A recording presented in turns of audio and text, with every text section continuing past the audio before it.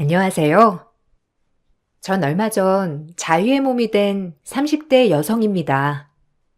여러분들은 TV 뉴스에 나오는 일을 직접 목격하신 적 있으신가요? 저는 얼마 전에 바로 제 눈앞에서 사건이 벌어지는 걸 목격했는데요. 그 기가 막히고 코가 막히는 일을 여러분들께 들려드리려고요. 남편은 인테리어 모임에서 알게 되었어요. 평소 인테리어에 관심이 많아서 지역 소모임에 가입을 했는데 바로 거기 유일한 남자가 남편이었죠. 남편과 저는 나이대도 비슷하고 말도 잘 통해서 금방 가까워졌어요. 특히나 남편은 키도 크고 얼굴도 잘생겼는데 거기다가 성격도 시원시원하고 남자다웠죠. 주변 사람들도 남편과 만난다는 걸 알고서는 너무나 부러워할 정도로 남편은 어딜 가나 눈에 띄는 사람이었어요. 1년의 연애 끝에 저희는 결혼을 결심하게 되었어요. 저희 집도 넉넉한 편이었지만 남편네 집도 넉넉한 편이었고 결혼은 정말 호화스럽게 치르게 되었답니다. 시부모님은 호탕한 성격이셨는데 뭐래도 니들 좋을 대로 하라며 말을 하시곤 했죠. 어머님, 이번 명절에 저 몇 시쯤 내려가면 좋을까요? 저번에 어머님 가고 싶으신 곳 있으시다고 해서 전날 가볼까 생각하고 있는데 남편 일이 언제쯤 끝날지 아직 정확하진 않아서요. 안 되면 당일 좀 일찍 출발할까요? 어머님 혹시 약속 있으시면 그 시간 피해서 갈게요. 아버님한테 연락도 드려봤는데 저희 알아서 편할 때 오라고 하시더라고요. 에이, 뭐, 일찍 올 필요가 뭐가 있어. 그냥 너희 편할 때 쉬다가 오면 되지. 아, 아니면 친정에 먼저 들렸다가 와. 우리야 그냥 우리끼리 밥 먹고 그러고 끝내니까. 친정에 들러서 친척들도 보고 그러고 오면 좋지. 우리는 가족이라곤 나랑 남편, 아들밖에 없어가지고 명절이라고 해서 뭐 크게 음식하고 그러지 않아. 알지? 그러니까 친정 먼저 들리고 와. 이때 아니면 언제 친척들 얼굴을 보겠어. 어머, 어머님, 정말 그래도 돼요? 아버님이랑 남편도 그렇게 해도 된다고 하시긴 했는데, 그래도 어머님 서운하실 수도 있으시잖아요. 아니면 저희 전날에 먼저 갈까요? 전날에 가서 거기서 하룻밤 잠잤다가 다음날에 친정 갔다가 그 다음날 다시 갈까요? 저희 친정에서도 그냥 저희 편할 대로 하라고 하셔가지고요. 이번에 어머님 가고 싶다고 했던 곳 같이 가요. 우리는 신경 안 써도 돼. 나나니 시아버지나 사업하는 사람이라 시간도 여유롭고 거기는 다음에 가면 되지 뭐. 우리는 신경 쓰지 마라. 너희도 바쁘니 친정에도 잘 가지 못했을 거 아니야. 그러니까 이번에는 먼저 갔다 와. 우리는 명절 다음날에 얼굴이나 잠깐 보면 되니까 신경 쓰지 말고, 알았지? 시부모는 너무나 쿨하게 명절에도 편하게 오라고 하셨죠. 전 처음에 정말 결혼을 제대로 잘했구나 생각을 했어요. 성격 좋은 남편에 거기다가 마음 넓으신 시부모까지 행복하다는 생각을 했었죠. 그렇지만 그 생각이 깨진 건 얼마 되지 않아서였습니다. 막상 명절 당일이 됐는데 아침 새벽부터 시모는 전화를 해왔어요. 언제 오니? 너희 지금 안 오면 언제 오려고 그러는 거야? 결혼을 했으면 시댁에 빨리 와서 일을 해야지. 지금까지 그러고 있으면 어떡해? 아직 아들은 자니? 그러면 너라도 얼른 챙겨서 넘어와. 걔는 이따가 너 음식하고 나중에 데리러 가면 되잖니. 오늘 점심에 손님들 온다고 하니까 와서 음식 좀 하고 다 하면 그때 아들 데리러 가렴. 네? 아, 어머님, 저번에 친정 먼저 가라고 하셔가지고 저희 친정에 와 있어요. 지금 챙겨서 간다고 해도 점심쯤 될 것 같은데 갑자기 손님이 오신다고 한 거예요? 미리 말씀을 해주시지. 어제까지 남편도 별 얘기를 안 해서 저희는 여기 내려와서 하룻밤 잤어요. 이제 일어나 챙겨 출발할게요. 남편도 빨리 일어나라고 할게요. 뭐? 너는 애가 무슨 정신이니? 당연히 시댁부터 와야지. 친정을 먼저 가는 며느리가 어디 있어? 당장 챙겨서 와. 어떻게 첫 명절을 이런 식으로 보내? 아무리 그래도 전날까지 확인을 해야지. 에휴. 그때는 점심에 오는 사람이 없으니까 그렇게 말한 거고. 점심에 약속이 생겼는데 니들 없이 명절 보낸다고 하면 사람들이 뭐라고 하겠어? 당장 챙겨서 와. 갑자기 약속이 있는데 오지도 않는다면서 소리를 지르는 시모의 말을 들으면서 정말 당황스럽더라고요. 일주일 전에 연락을 했을 때는 마음대로 하라고 하던 시모는 어디 가고 왜 안 오냐며 불같이 화를 내셨죠. 남편을 부랴부랴 깨워서 시댁으로 향하는데 남편은 대수롭지 않게 생각을 하더라고요. 갑자기 약속이 생기셨나 보지 뭐. 아휴, 그렇게 서운해해. 막상 가면 엄마도 뭐라고 안 하실 거야. 그냥 아침 돼도 올 것 같았던 애들이 안 오니까 당황해서 너한테 그렇게 전화하셨을 거야. 가보면 또 잘해주실걸? 안 그래도 나 결혼한다고 해서 주변에는 엄청 놀랐거든. 내가 결혼 안 한다고 했었는데 갑자기 결혼한다고 하니까. 아마 이번에 며느리 보겠다고 오는 사람들 많아서 더 신경 쓰이셨나 봐. 아무리 그래도 아침에 그렇게 소리 지르시면서 오라고 하시니까 너무 당황스럽네. 애초에 손님 오시니까 일찍 왔으면 좋겠다고 하셨던 거면 내가 이렇게 서운하지도 않지. 아침에 전화 받자마자 어머님 엄청 소리 지르셨다니까. 너무 놀라서 뭐라고 말을 해야 할지도 몰라서 부랴부랴 나온 거야. 엄마 아빠는 얼마나 황당하시겠어. 내가 장인 장모님께는 잘 말씀드릴게. 너무 걱정하지 마. 솔직히 아무리 시대가 바뀌었다고 하지만 시댁 먼저 가는 게 먼저이긴 하잖아. 우리가 너무 쉽게 생각을 했던 것도 있지. 가서 엄마가 뭐라고 하면 내가 잘 막아줄 테니까 그것도 걱정하지 말고.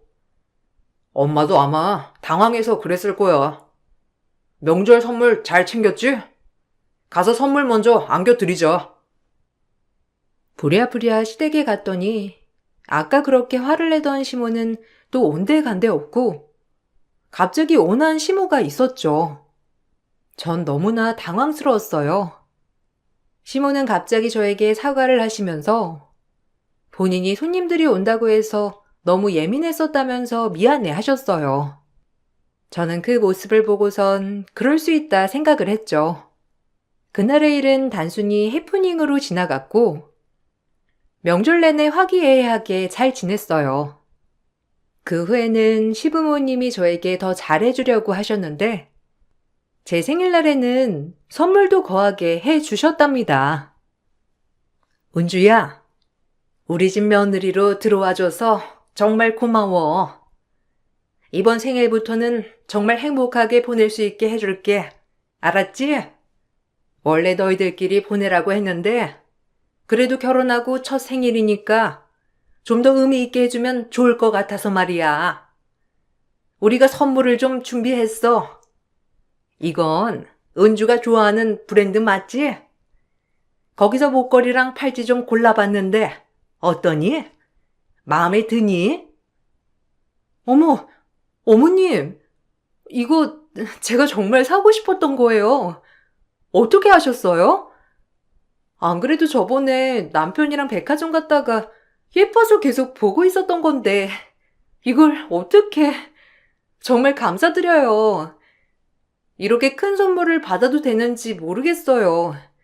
너무 감동이에요, 어머님, 아버님.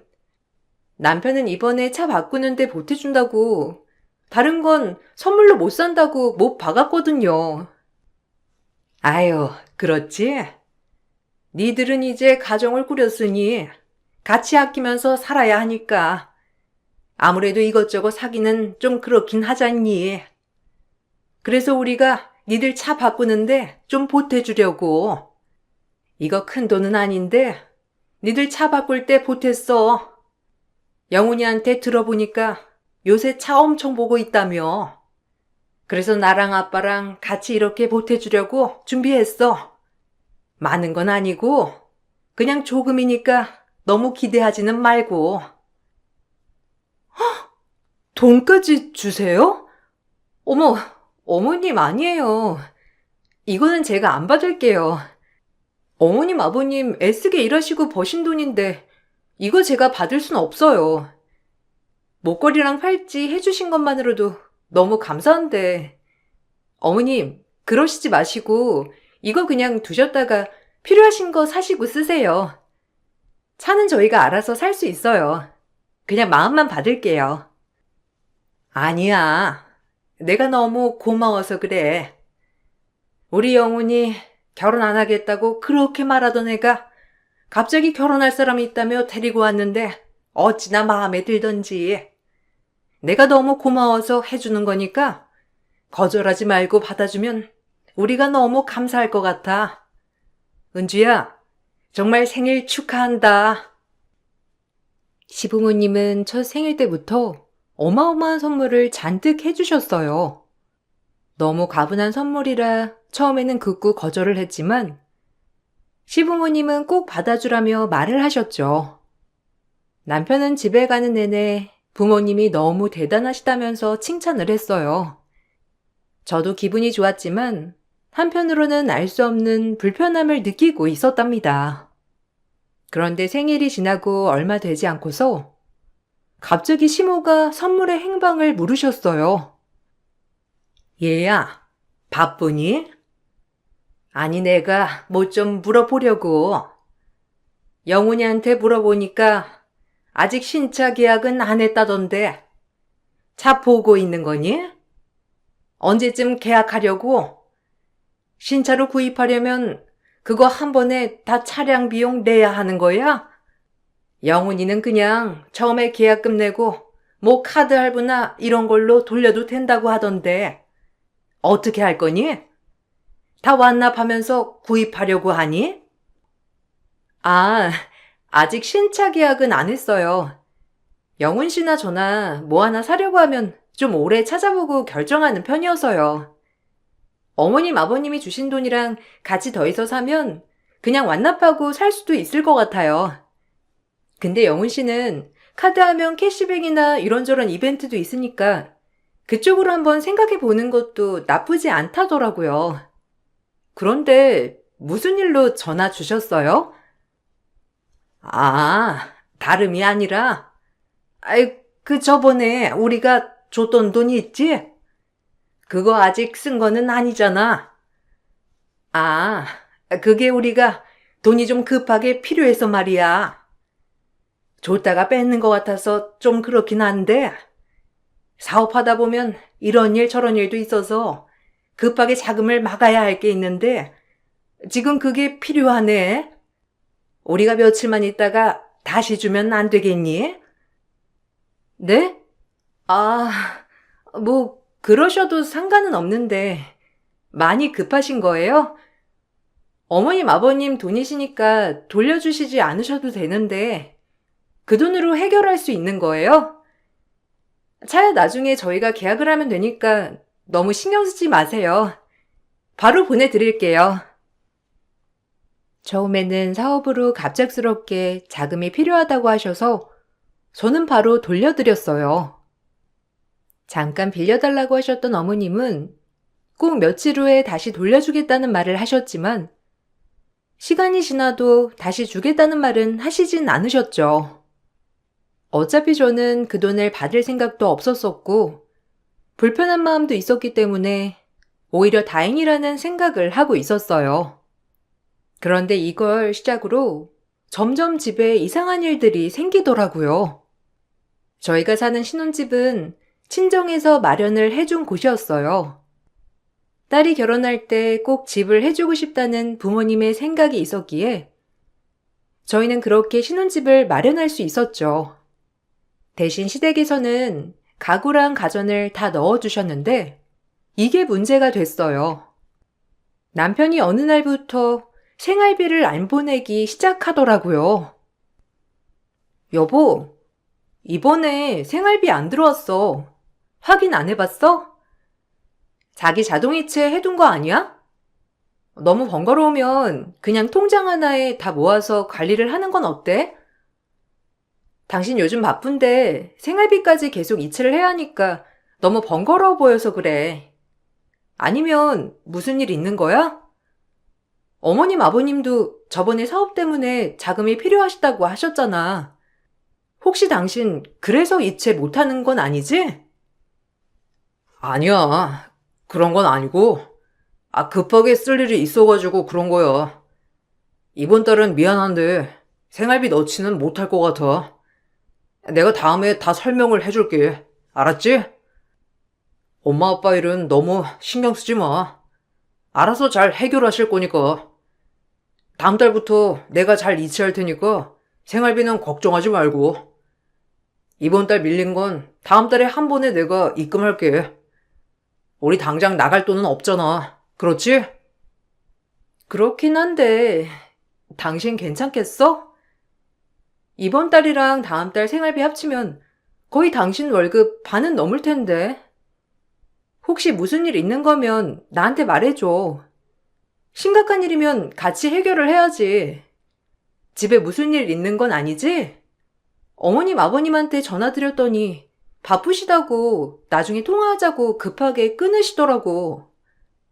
저녁 시간대라서 좀 한가하실 줄 알았는데 어디 가셨는지 말소리도 많이 들리고. 뭐 자금 때문에 아마 지금 좀 바쁘실 거야. 금방 정리될 거니까 너무 걱정하지 말고. 당신한테 나중에 다 설명을 해줄게. 지금은 나도 정신이 없어서 설명해주기 좀 곤란하네. 조금만 믿고 기다려줘. 알았지? 남편의 이상한 행동에 저는 그때부터 의심이 들기 시작했어요. 시부모와 남편 모두 갑자기 돈이 없다고 하니 너무 수상하더라고요. 그래서 저는 남편의 통장 내역을 살펴보게 되었는데 수상한 이체 내역이 있었죠. 알고 봤더니 저희 집에 들어온 가구나 가전들 대부분 렌터를 한 제품이었어요. 이 사실을 알고선 저는 남편에게 크게 화를 냈는데 나중에 시부모님까지 저에게 전화를 해 오셨죠. 아이고, 며느라, 우리가 솔직하게 말을 했어야 하는 건데 사실 너무 염치가 없어서 말이야. 사업이라는 게 잘 될 때도 있지만 한순간에 폭삭 망할 때도 있어. 우리가 너희 결혼할 때 정말 힘들었거든. 사업이 잘 되다가 갑자기 자금난에 시달려서 당장 가구랑 가전은 해줄 수가 없었단다. 그런데 결혼을 시켜야 되고 그렇다고 말은 하지 못하고 말이야. 급한 대로 그렇게 처리를 한 건데 너무 미안하구나.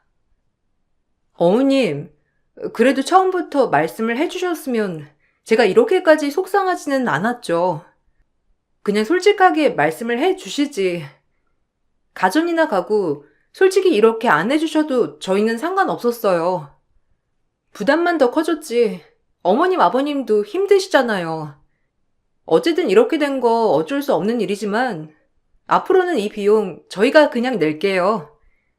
그러니 너무 부담스러워하지 마세요. 미안하다. 우리가 너무 염치 없이 결혼을 시킨 것 같아서 그랬어. 사돈께서 꼭 집을 해주시고 싶다고 하시니 우리도 부모된 마당에 아무것도 안 해줄 수 없잖니. 그런데 딱 그때가 우리가 너무 힘들었던 시기고 나중에 잘 풀리면 또 잘 갚을 수 있을 거라고 생각을 했단다. 근데 자금난이 생각보다 오래 가네. 지금 잘 풀어나가고 있으니까 너무 걱정하지 말거라. 너무 미안해 하시는 것 같아서 저는 마음이 좋지 않았어요. 친정아빠도 사업을 하시는 분이셨기에 자금난을 겪는다는 게 어떤 건지 저도 이해할 수 있었죠. 시부모님 사업이 잘 되지 않으시는 것 같아서 전 짠한 마음에 시댁에 더 자주 가서 챙겨드렸죠. 저녁도 사드리고 필요한 생필품도 다 사드렸어요. 처음에는 제가 시댁에 가는 걸 너무 미안해하시고 고마워하던 시부모님도 시간이 지나면서 뭔가 태도가 바뀌는 게 보이더라고요. 저번에 영주 아줌마 알지? 걔를 만났는데 엄청 맛있는 곳이 있다면서 소개를 해주는 거야. 어찌나 자랑을 하던지. 거기 영주도 결혼해가지고 사이가 있거든. 사이가 저녁으로 사줬다는데 너무 부럽더라. 사진도 찍어가지고 나한테 이렇다 저렇다 얘기를 해주는데 정말 좋아 보였어. 아유, 우리 형편에 그런 건 욕심내면 안 되는 건데. 그렇지? 아, 그래요? 다음에 어머님, 아버님 좀 여유로우실 때 가시면 되죠. 영주 아주머니는 어머님 속상하시게 왜 그런 얘기를 하셨대요? 속상하셨겠어요. 어머님, 저희 저녁은 어떻게 할까요? 저번에 고기 남은 거 있던데 김치찌개나 뭐 이런 거 해서 먹을까요? 남편도 일 끝나면 여기로 바로 온다더라고요. 아버님은 지금 일하러 가셨어요? 언제 집에 오실까요? 뭐 아무거나 먹지 뭐. 우리 처지에 뭐 김치찌개가 가당키나 하겠니? 그냥 김치에 밥만 먹어도 감지덕지지. 영훈이 걔는 왜 여기까지 온다고 그래? 그냥 집에 가서 밥 먹으라고 해. 굳이 여기까지 와서 같이 김치에 밥 먹을 필요가 있니? 네 시아버지도 그냥 밖에서 대충 라면 먹고 때우라고 할 테니까 너도 얼른 여기 있지 말고 집에 가.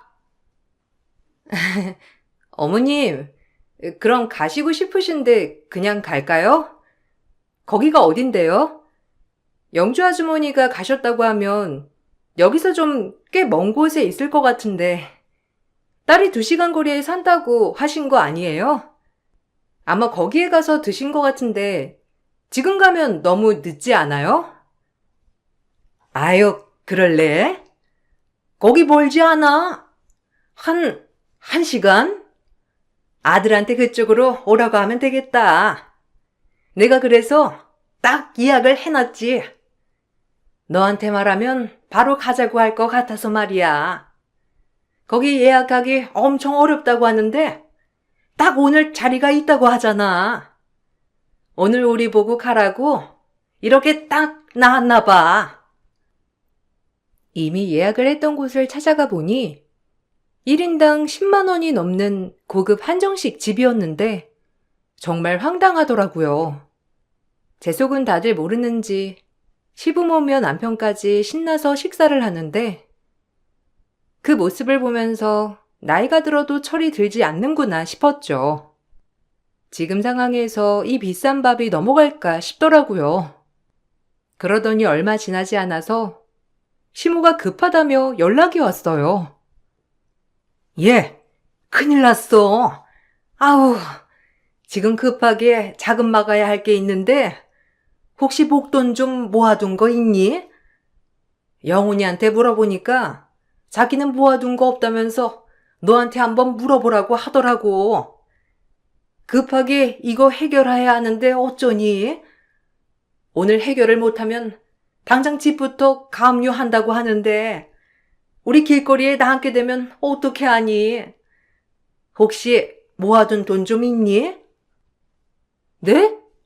이렇게 갑자기요? 얼마나 필요하신 건데요? 저도 당장 쓸 수 있는 돈은 없어요. 영훈 씨도 없대요? 그래도 이번에 자기 적금 든 거 다 만기됐다고 그러던데 그것도 없대요?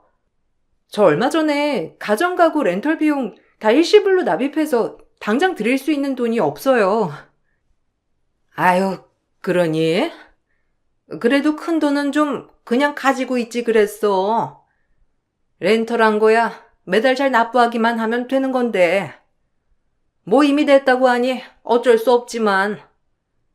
그럼 일단 그 급한 대로 예물이나 이런 거 팔아서 보태주면 안 되겠니?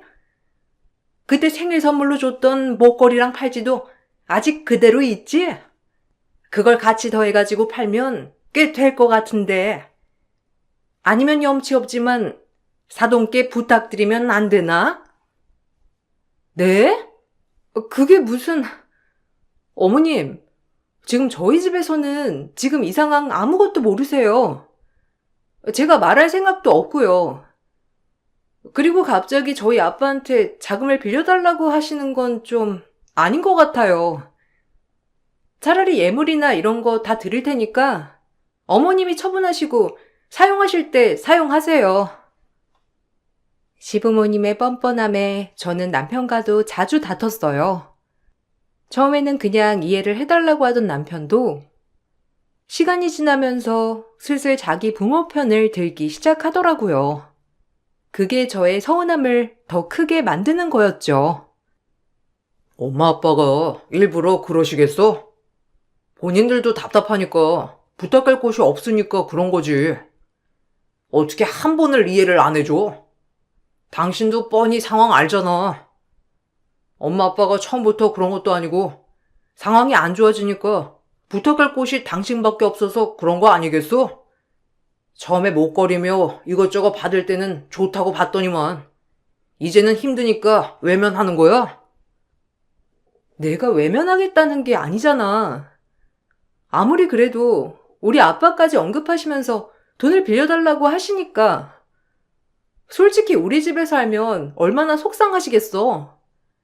난 이거 우리 집에 말할 생각도 없어. 근데 어머님은 이거 대수롭지 않게 부탁하자고 하시는데 내가 화가 안 나게 생겼어? 근데 어떻게 당신은 어머님 편을 들 수가 있어? 이게 반대가 됐어도 그런 말 했을 거야? 반대고 자시고 그걸 말하는 건 아니잖아. 지금 상황에서 우리가 도와줄 수 있는 방법도 없고 솔직히 엄마 아빠가 길거리에 앉으면 아들이라고 외면할 수 있겠어? 그럼 여기 와서 사셔야 하는 건데 당신도 불편하고 이래저래 생각해보면 그냥 지금 도와드리는 게 낫다니까. 그래서 그런 거야. 아니, 도와드릴 수가 없어서 말하는 거지. 그리고 며느리한테 그런 부탁을 하시는 게 어디 있어? 어쨌든 난 받은 건 다 어머님한테 돌려드렸으니까 당신도 그렇게 알아. 앞으로는 내가 도와드릴 순 없을 것 같아. 내가 할 수 있는 만큼은 다 했어. 알았어. 내가 엄마 아빠한테 말씀드릴게. 당신이 이렇게 생각하고 있을 줄은 몰랐네. 어떻게든 우리끼리 알아서 해결할 테니까 당신은 신경 쓰지 마. 앞으로 도와달라고도 안 할 테니까. 남편과 냉전이 계속되던 와중에 남편은 갑자기 시부모와 당일치기 여행을 간다더라고요. 얼마 동안 돈 달라고도 하지 않으셨기에 무슨 일인가 싶었죠. 당일치기 여행을 갔다 온다던 남편은 새벽 3시가 되어서도 돌아오지 않았어요. 전 꾹 참던 말을 드디어 해야 되겠구나 생각을 했답니다. 당신 어디야? 오늘 온다면서 벌써 지금 3시인데? 언제 집에 오려고? 당신 지금 있는 곳 어디야? 내 차 타고 어디까지 갔길래 여태 집도 안 와? 옆에 어머님 아버님 계시지? 지금 바로 집에 와. 그러면 내가 오늘은 그냥 넘어갈게. 근데 더 늦으면 나 더 이상 못 참아. 당신 해도 너무한 거 아니야? 내가 정말 모를 거라고 생각했어? 내가 뭘 했길래 지금 이 시간에 전화야? 내가 알아서 들어가. 부모님이랑 여행 좀 다니다 보면 당일이 아니고 1박 2일도 될 수 있는 거지.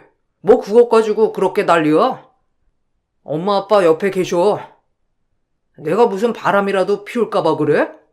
에휴, 나 바람 안 났으니까 염려 말고 자고 있어. 일만 마무리하면 바로 들어갈 거니까. 아직 일이 마무리 안 돼서 그래. 일? 무슨 일? 당신이 이 저녁까지 할 일이 뭔데? 그냥 어머님 아버님 모시고 집으로 와. 집에 와서 얘기하자고. 나 당신 어디 갔는지 다 알고 있어. 그 차 내 차인 거 알지? 어플로 어디로 향하는지 다 나오니까 거짓말할 생각하지 말고 이번에 기회 줄 때 당장 집에 와. 무슨 소리 하는 거야? 나 지금 여행 중이라니까? 엄마 아빠랑 좀 여행하고 힐링한 다음에 갈 거야. 요즘 많이 힘들었잖아. 이제야 사업 좀 정리될 만한데 갑자기 왜 그래? 오늘만 잘 해결하면 사업 다시 시작할 수 있어. 그러니까 재촉하지 말고 그냥 자고 있어. 나 밖에서 다른 여자 만나고 그런 짓 하는 거 아니야. 제발 믿어줘. 엄마라도 바꿔줄까?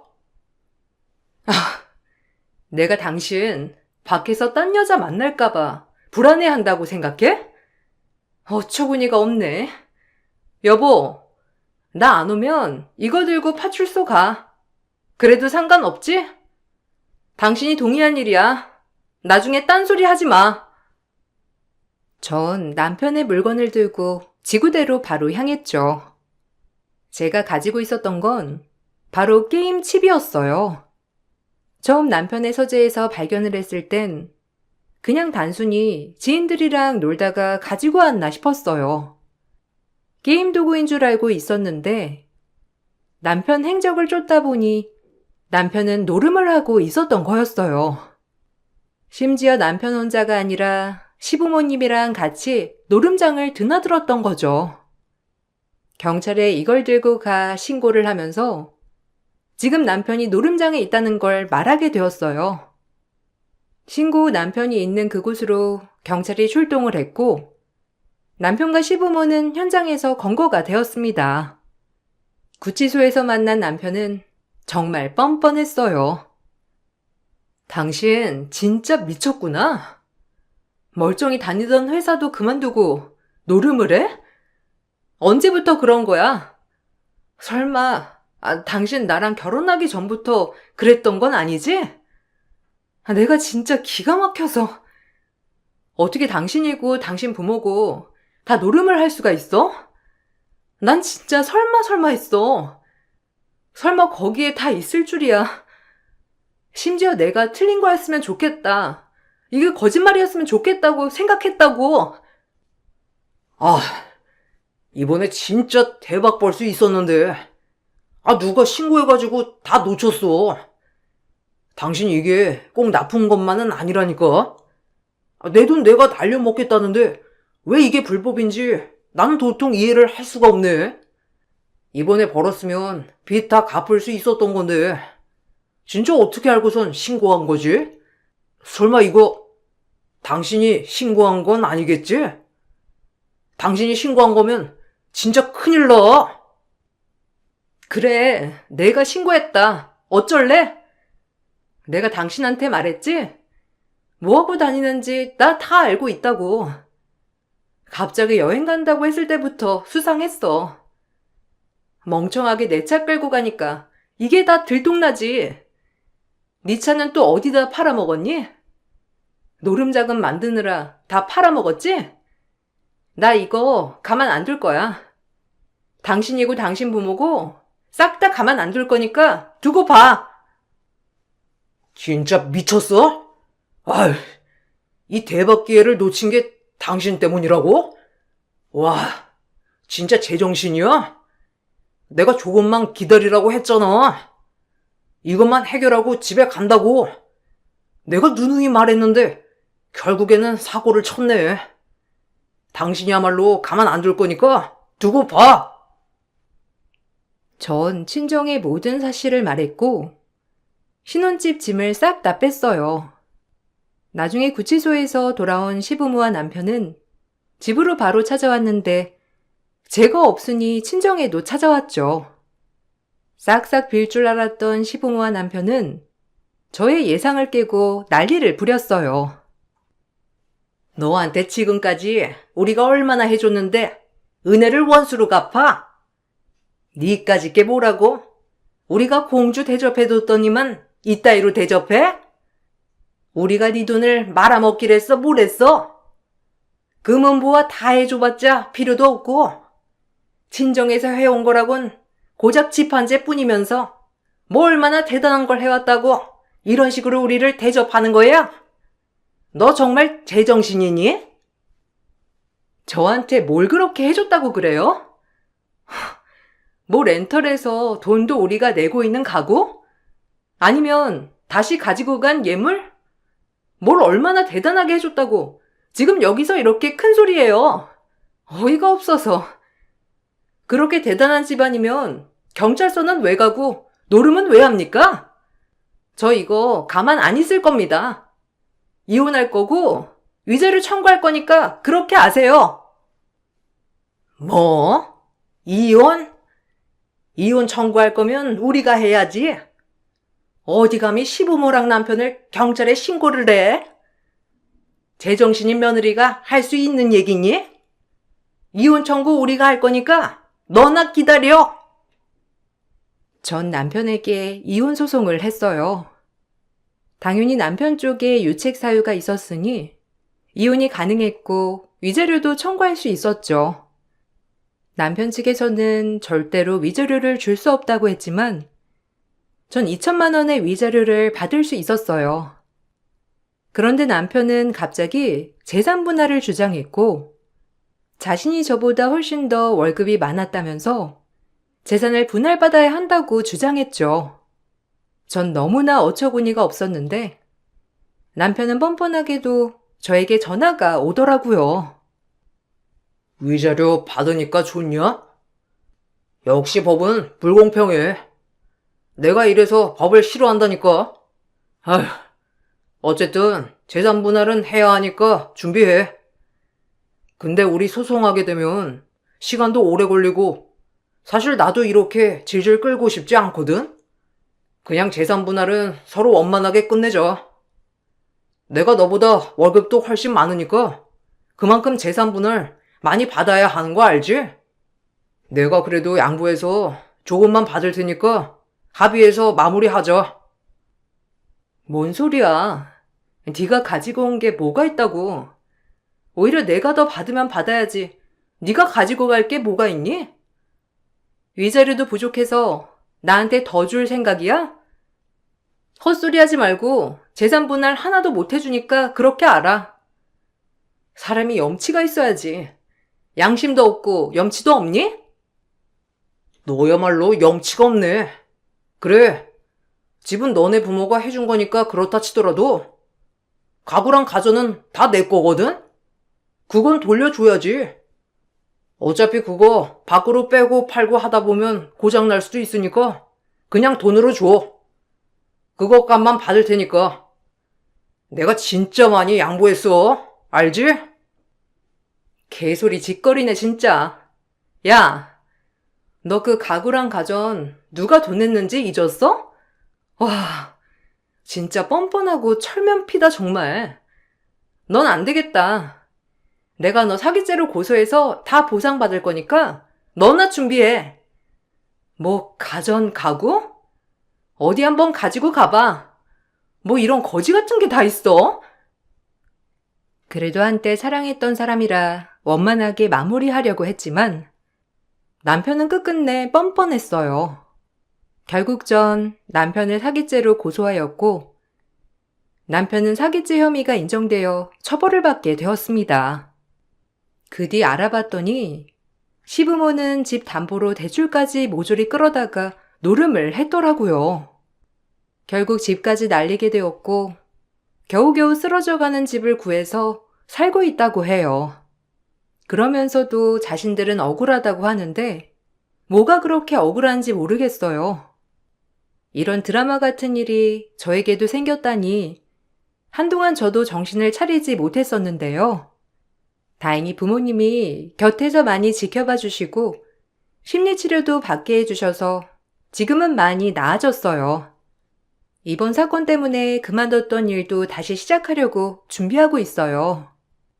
여러분들, 저에게 앞으로 힘내라고 응원해 주시겠어요? 제 사연 들어주셔서 감사합니다. 앞으로도 열심히 저를 위해 살아보려고요. 여러분들도 힘내시고 파이팅 하세요. 안녕하세요. 제 직업은 운전하는 운전기사예요. 늘 운전을 하며 귀로는 여기 올라온 사연을 들으며 울고 웃고 한답니다. 항상 귀동냥으로 이야기만 듣다가 오늘은 제 이야기를 한번 써볼까 해요. 전 평생을 운전을 하며 먹고 살았어요. 다행히 저에게 똑똑한 외동딸이 있었기 때문에 힘들어도 버틸 수 있는 나날이었어요. 물론 착한 아내도 있었고요. 그저 딸 하나 잘 되기만을 바라면서 아침부터 밤까지 택시, 버스, 대리운전, 화물차 운전 안 해본 게 없습니다. 그리고 지금은 공항의 콜밴 기사로 일을 하고 있고요. 지금부터 제가 겪은 이야기를 한번 써볼까 해요. 남에게 싫은 소리 들으며 열심히 일을 하고 딸아이만을 잘 살게 해줄 거라고 생각하며 일했습니다. 덕분에 딸아이는 아빠의 노고를 아는지 어릴 때부터 실망은커녕 싫은 소리도 하지 않게 잘 커주었죠. 힘든 나날 속에서도 딸아이 덕분에 웃을 일이 굉장히 많았던 것 같아요. 저의 자랑이었으니까요. 그런 딸아이가 구김살 없이 크는 것이 가장 큰 행복이더라고요. 저 역시 오히려 가족이라는 것이 일하는 원동력이 되더라고요. 아빠, 조금만 더 힘내. 내가 얼른 대학교 졸업해서 취직하면 아빠 힘들게 일하는 거 짐 좀 덜어줄 테니까. 알겠지? 그래, 어디 기대할게.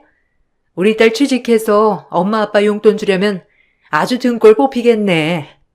말이라도 너무 고마워. 여보, 우리 아주 은혜한테 효도 받으려면 오래 살아야겠는데, 안 그래? 고맙다, 은혜야. 아빠 힘나게 해줘서.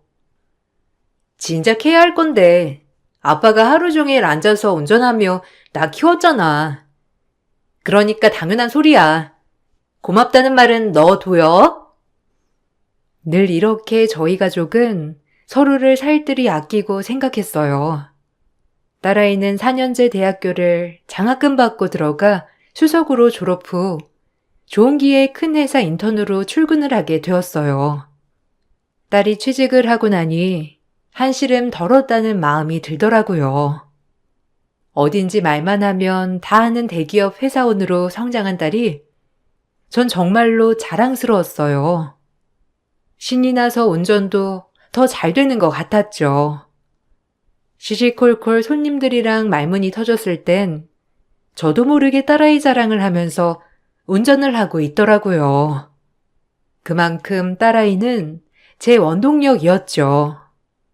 그리고 언젠가 제품을 떠나갈 아이지만 딸아이는 취직하고 시간이 지난 후 결혼을 한다고 사위 녀석을 인사시키더라고요. 참 벅차오르더라고요. 부만의 자식이 이렇게 성장하여 결혼할 남자친구를 인사시키는 날이 오다니 그런 생각을 하니 벅찼어요. 아빠, 제가 만나고 있는 사람이에요. 신비 씨랑 결혼까지 생각하고 있어요. 신비 씨 잘 부탁드려요, 엄마, 아빠. 아이고, 우리 딸이 이렇게 남자친구 데리고 온 건 처음인데 반가워요. 우리 앞으로 잘해보자고. 내가 아들이 없어서 이렇게 사이 볼 생각에 벌써부터 신이 난다니까. 앞으로 잘 부탁해요. 내 가족이다 생각하고 편하게 지내보자고요. 그래요. 사람 하나 들어온다고 하니 벌써 공기부터 다르잖아. 우리 잘 지내봐요. 아유, 이가 신났네 아주. 네, 잘 봐줘서 감사드려요.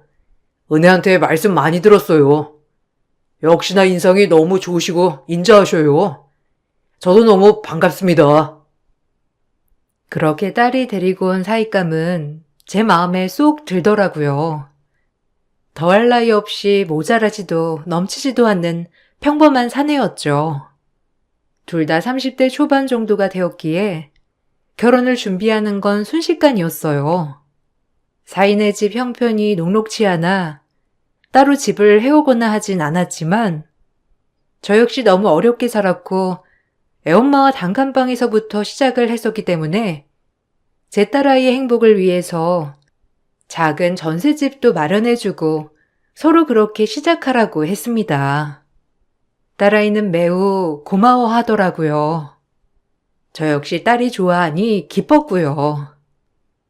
하나도 아깝다는 생각은 안 들었어요. 요즘 시대에 부모 잘 만나서 집 한 채 떵떵 사주면 좋으련만 그러지 못한다는 게 미안할 뿐이었죠. 하지만 딸아이는 전셋집 하나만으로도 고맙다고 얘기를 하더라고요. 그런 딸 때문에 오히려 마음이 좋았습니다. 아빠가 무슨 돈이 있다고 이런 큰 걸 해줘요. 나 돈 많이 모았다니까. 우리가 알아서 준비하면 되는데 아빠 노후자금이잖아요. 에이, 그래도 딸 하나 있는 거 시집 가는데 아빠가 해주고 싶어서 그래. 아빠 젊었을 적 생각도 많이 나고. 너네 엄마도 고생 참 작살나게 했지. 돈 없는 아빠 만나서. 뭐든 시작하고 앞으로 얼마나 나아지느냐가 제일 중요하니까 이서방이랑 행복하게만 살아. 고마워요, 아빠. 나 신비 씨랑 행복하게 살 테니까 지켜봐줘요. 항상 아빠한테는 받기만 하는 것 같아서 죄송스럽고 그러네. 그런 생각 마라. 아빠니까 해주는 거지. 내가 딸이 너 말고 또 있는 것도 아니고. 신배 젊을 때 보면 내 생각이 나서 그래. 없이 사는 게 죄도 아니고 참 열심히 살려고 하는 총각이니까 아빠가 뭐든 도와주고 싶어. 그러니까 너무 부담 갖지 말고 행복하게 살아. 딸아이는 제 노후 자금을 걱정했지만 그래도 딸이 잘 사는 모습을 본다면 더할 나위 없이 행복하다고 여겼습니다. 그리고 딸아이는 결혼을 하게 되었어요. 사돈 어른들도 없는 살림에 아들 장가 보내는 게 미안했던지 항상 딸아이에게 나긋나긋 잘해주더라고요. 아이고, 사돈어른. 어쩜 이리 딸을 예쁘게 키우셨어요. 아주 제가 요즘 은혜 보는 기쁨으로 산다니까요. 감사드려요. 에이, 아닙니다. 저도 신배 보면서 아주 기분이 좋아요. 이렇게 자식들을 나눈 사이니 우리 앞으로 잘 지내봅시다. 네, 그렇게 말씀해 주시니 저야 너무 좋네요. 모쪼록 우리 은혜랑 신배 잘 살게 마음속으로 빌어주자고요. 돈이 뭐가 중요한가? 인성이 제일 중요하지. 이것만 생각하고 보냈습니다. 그렇게 행복하게만 살 줄 알았던 딸아이는 결혼을 하고 급격히 어두워지는 일이 종종 있었죠. 항상 밝기만 하던 딸인데 가끔 어두운 모습을 보니 걱정이 되더라고요. 무슨 일이 생긴 줄 알고요. 하지만 얼마 안 가 딸아이가 어두운 이유를 알게 되었어요. 딸아이의 얘기를 듣고 보니 마음이 또 좋진 않더라고요. 너 무슨 일 있는 거야? 아, 왜 이렇게 얼굴이 어두워? 신혼인데 행복해도 모자랄 판에. 혹시 무슨 안 좋은 일 생긴 거야? 아니, 그냥 신비 씨가 요새 일 그만두고 사업한다고 하거든. 걱정도 되고 그래서 잘할 건 아는데 아무래도 자영업이라는 게 쉽지 않잖아. 그래서 걱정돼서 그래. 아빤 신경 쓰지 마요. 신비 씨랑 나랑 얘기 좀 많이 해봐야지. 남자들은 사업이 그렇게 하고 싶나 봐. 뭐 남자들이야. 그런 꿈 한 번 꾸곤 하지. 그래도 남의 밑에서 일하면서 딱딱 나오는 월급 받고 쉴 때 쉬는 게 최고인데. 이서방이 아예 그렇게 마음을 굳힌 거야? 더 얘기는 안 해봤고? 너희 자금은 좀 있어? 그래도 월급들 꽤 모아놨을 거 아니야. 나야 뭐 어느 정도는 모아놨는데 신비 씨 외동아들에다가 홀어머니 모시고 살면서 모아놓은 돈이 있겠어? 그래서 걱정이지. 딸아이의 말에 가슴이 덜컥 내려앉았지만 티는 내지 않았어요. 사실 자영업이라는 게 요즘 세상이 쉽지 않기도 하고 잘못 결정했다가 집안이 풍비박산 나는 꼴도 많이 봤기에 혹여나 우리 사이나 딸이 잘못되지 않을까 걱정을 많이 했거든요. 그리고 사이는 돈 한 푼 없는데 사업만 하고 싶어 한다는 말에 조금 씁쓸하더라고요. 사정이야 딱하지만 뭐라도 있어서 시작하는 거랑 없이 시작하는 거는 정말 차원이 다른 문제라고 생각했거든요. 이 얘기를 들으니 걱정이 참 많이도 앞서더라고요. 애석하게도 말이죠. 그래? 뭐 어떤 사업인데? 아이템은 좋은 거야? 아니면 이서방이 생각한 게 여러 가지가 있는 건가? 본인도 생각이 있겠지. 구상 아이템들은 많더라고. 시댁 쪽에서도 은근히 신별 씨가 사업하길 바라는 것 같기도 하시고. 더 얘기해 봐야지. 너무 그렇게 몰아붙이지 말고 살살 달래가면서 얘기해봐. 너무 하고 싶어 하는데 못하게 하는 것도 싸움의 원인이니까. 딸이 처음 속내를 내비쳤을 때 걱정이 앞섰지만 티는 많이 내지 않았어요. 그리고 이 우려가 얼마 되지 않아 주말 사위와 딸아이가 집에 방문했을 때 일이 일어났죠. 사위는 본격적으로 저에게 사업 브리핑을 얘기하더라고요. 조금 당황스러웠지만 긍정적으로만 생각하려고 하였기에 그저 남자로서 포부가 있구나라고 좋게 생각했습니다. 그렇게밖에 생각할 수 없기도 했고요. 아버님, 은혜한테 얘기 들었죠? 제가 이번에 기가 막힌 사업 아이템이 하나 있는데요. 투자처가 따로 없네요. 자본이 없다면 사업하기 힘들지 않을까? 아무래도 처음부터 무리하면서 하는 게 좀 마음에 걸리는데, 홀몸도 아니고 이제 책임져야 할 가장이기도 하고, 안 그러나? 뭐 자네 포부가 큰 건 좋다만, 그래도 잘 생각해보고 하는 게 좋겠어. 저 자신 있습니다. 오래전부터 생각해왔던 거고요. 그래서 말인데, 장인어른한테 부탁 하나만 드려도 될까요? 여보, 이 얘긴 여기서 안 하기로 했잖아. 우리들이 해결해야지. 무슨 아빠한테까지. 아니야, 아빠, 못 들은 걸로 해요. 네? 아니 뭔데, 말해보게. 뭐 혹시라도 투자나 이런 걸 바래서 오늘 말 꺼낸 거야? 아니면 뭐 부탁할 게 어떤 건지 말해보게. 딸은 한사코 사이를 말렸지만 사이는 작정하고 저에게 말을 꺼내더라고요. 그 사실은 바로 본인에게 조금이라도 투자를 해주면 안 되겠냐는 거였어요. 전 좀 고민이 되더라고요. 여윳돈이 없는 건 아니었지만 자영업이라는 게 어려운 건데 혹시라도 이게 되지 않을 때 딸 인생과 사이의 인생이 가장 걱정되었거든요. 전 섣불리 대답을 할 수 없었어요. 가장 큰 고민이었죠. 딸아이가 모아놓은 돈과 제가 조금 투자한 돈으로 사업을 하겠다는 사이를 보고 있자니 조금 답답한 마음도 사실 컸습니다. 약간 무모해 보였거든요. 어떻게 본인은 돈 한 푼 없이 저렇게 남의 돈으로 사업을 하려고 할까라는 생각이 들었거든요. 내비치진 않았지만요. 진짜 이번만 장인어른이 도와주시면 정말 전세도 탈출하고 은혜도 행복하게 해줄 수 있거든요. 제가 저 혼자 잘 살려고 그러겠어요. 장인어른이 한 번만 도와주세요. 제가 진짜 이 은혜는 절대 잊지 않을게요.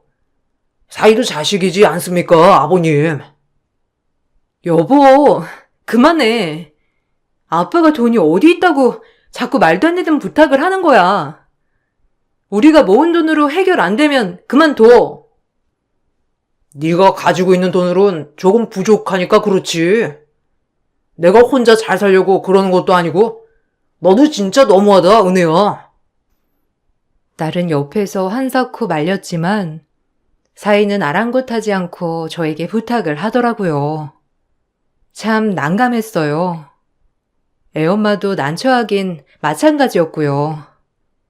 일단 너무 당황을 했으니 조금 생각해 보겠다고 한 뒤 다음에 다시 얘기하기로 했습니다. 그리고 한참을 고민하는 계기가 되었어요. 그리고 제가 고민하는 시간이 길어지자 딸아이 시댁에서 딸아이에게 뭐라고 한 것 같다고 하더라고요. 애엄마한테 그 얘기를 듣는데 얼마나 화가 나던지 저에게 미주알 고주알 얘기하는 딸이 아니었기에 이 얘기를 들으니 가슴이 아파지더라고요. 곱게 키운 우리 딸이 그렇게 싫은 소리를 들었다는 게 기분이 정말 나빴거든요. 사실 남이었다면 뭐가 그렇게 잘났냐고 해주고 싶은 심정이었죠. 아니, 넌 네 서방 잘 되자고 그러는 건데 그거 친정아빠한테 한마디를 못하니? 어떻게 그런 게 아내라고 할 수 있겠어? 저희 친정도 어려워요. 어머님이 해주지는 못하는 걸 왜 저희 아빠가 해줘야 하나요? 잘 다니고 있는 회사가 있는데 그렇게 쉽게 말씀하지 마세요. 저희 아빠가 무슨 돈이 너무 많이 남아도는데 안 해주시는 것도 아니고 어려운 건 매 한 가지예요. 뭐야? 아니, 그래도 우리보다 형편도 나아 보이던데 넌 무슨 말을 그렇게 하니? 너 지금 우리 집 깔보는 거야? 그 말이 아니라 저희 아빠를 너무하다고 생각하시니 드리는 말씀이에요. 어머님한테 이렇게 말씀 듣는 거 싫어요. 아이고 참, 내가 아주 상전 며느리 뒀구나. 무슨 말 한마디를 못하겠네. 어디 며느리 무서워서 입이나 뻥긋하겠냐? 딸아이는 이 사실을 제 아내에게 속상하다는 듯이 넋두리를 한 것이고요. 아내도 참 어이가 없다는 식으로 저에게 얘기를 하였어요. 얘기를 듣고 보니 사돈을 좋게 봤지만 사위와 함께 뻔뻔해 보이더라고요. 그러면서 내가 정말 돈을 해줘야 하나 싶기도 했고요. 참, 그 집도 어이없지 않아요? 뻔뻔하기도 유분수지. 우리가 아무것도 안 따지니까 호구인 줄 아나. 돈을 맡겨놓은 줄 안다니까. 이번 일로 이 서방 다시 봤어, 정말. 착실하고 성실할 줄 알았는데 허세끼 가득한 것 같아, 정말. 마음에 안 들어요. 아우, 속상해. 됐어, 그만해. 또 이거 은혜한테 얘기한 거 아니지? 은혜가 그냥 엄마한테 넋두리 좀 한 거 가지고 또 뭐 이서방 이러쿵저러쿵 얘기하지 말란 말이야. 그래도 같이 살고 있는데 은혜가 가운데서 얼마나 힘들겠어, 안 그래? 뭐 이서방이 혼자 잘 살려고 하는 것도 아니고 말 그대로 자기 식구 행복하게 하려고 그러는 건데 잘 좀 고민해 봐야지. 아유, 속상해 정말. 뭐든 쉬운 게 없네. 딸아이가 시댁에서 안 좋은 소리를 들었다고 하니 제 마음이 참 안 좋았어요. 그래서 결심을 빨리 내리고 딸아이에게 사위와 함께 같이 집에 오라고 했었죠. 그 오전 제가 내린 결론을 사위와 딸아이에게 말했습니다. 사위는 뛸 듯이 기뻐하더라고요. 사위가 좋아하니 저 역시도 잘했다는 생각이 들더라고요. 이 모든 게 딸아이가 기뻐할 일이기 때문이죠. 전 딸아이와 같이 투자를 한다는 조건으로 계약서도 작성을 하였어요.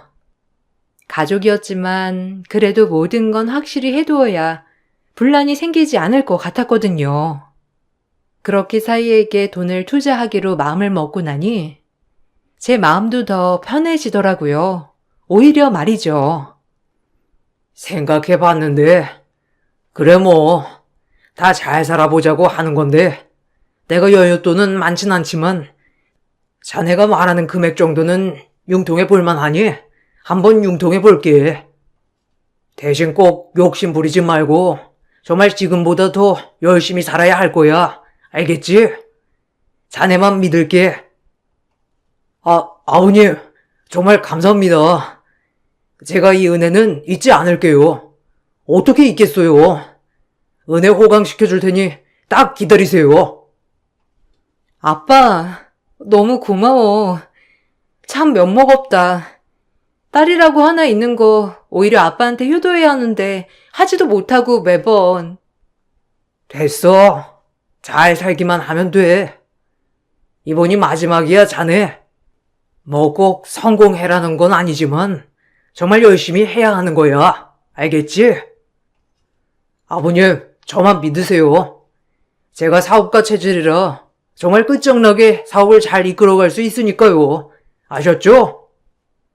그렇게 포부가 넘치던 사이는 딸아이가 모은 돈과 제가 투자한 돈으로 큰 시내 한복판에 닭갈비집을 차렸습니다. 처음 닭갈비집을 차렸을 땐 정말 시내 한복판이라서 그런지 사람들도 넘쳐나고 눈코 뜰 새 없는 나날로 가게가 운영되더라고요. 그야말로 대박이었죠. 한편으로 다행이라는 안도감에 마음을 놓았어요. 딸아이도 이제서야 마음이 놓이는 듯 보였고요. 장사가 초대박이 치자 사이는 더더욱 욕심을 부리기 시작하더라고요. 조금 더 확장, 2호점, 3호점까지 말이에요. 정 그건 아닌 것 같았어요. 돈에 눈이 멀어 사이는 눈빛도 달라지고 말투도 달라지고 점점 모든 것이 달라지기 시작했어요. 마치 이 일이 잘 된 건 모두 다 본인 덕이라고 여기는 것 같았거든요. 나이도 그렇게 많지 않고 하니 단순히 보이는 것에 급급하구나 라고 좋게 생각하려 했죠. 지금 일단 해보고 좀 시간이 지난 다음에 우리도 안정되면 확장을 하던가 하면 되지. 지금 꼭 이렇게 해야 돼? 무리해가면서. 첫 사업도 무리하면서 했잖아. 그렇게 안 하는 게 좋을 것 같은데, 안 그래? 지금도 충분해. 이제 여기서 좀 유지만 하면 돼. 넌 이래서 돈을 벌 줄 모른다니까. 당길 수 있을 때 당겨야지. 그러니까 조금만 더 융통 좀 해봐. 어? 제발.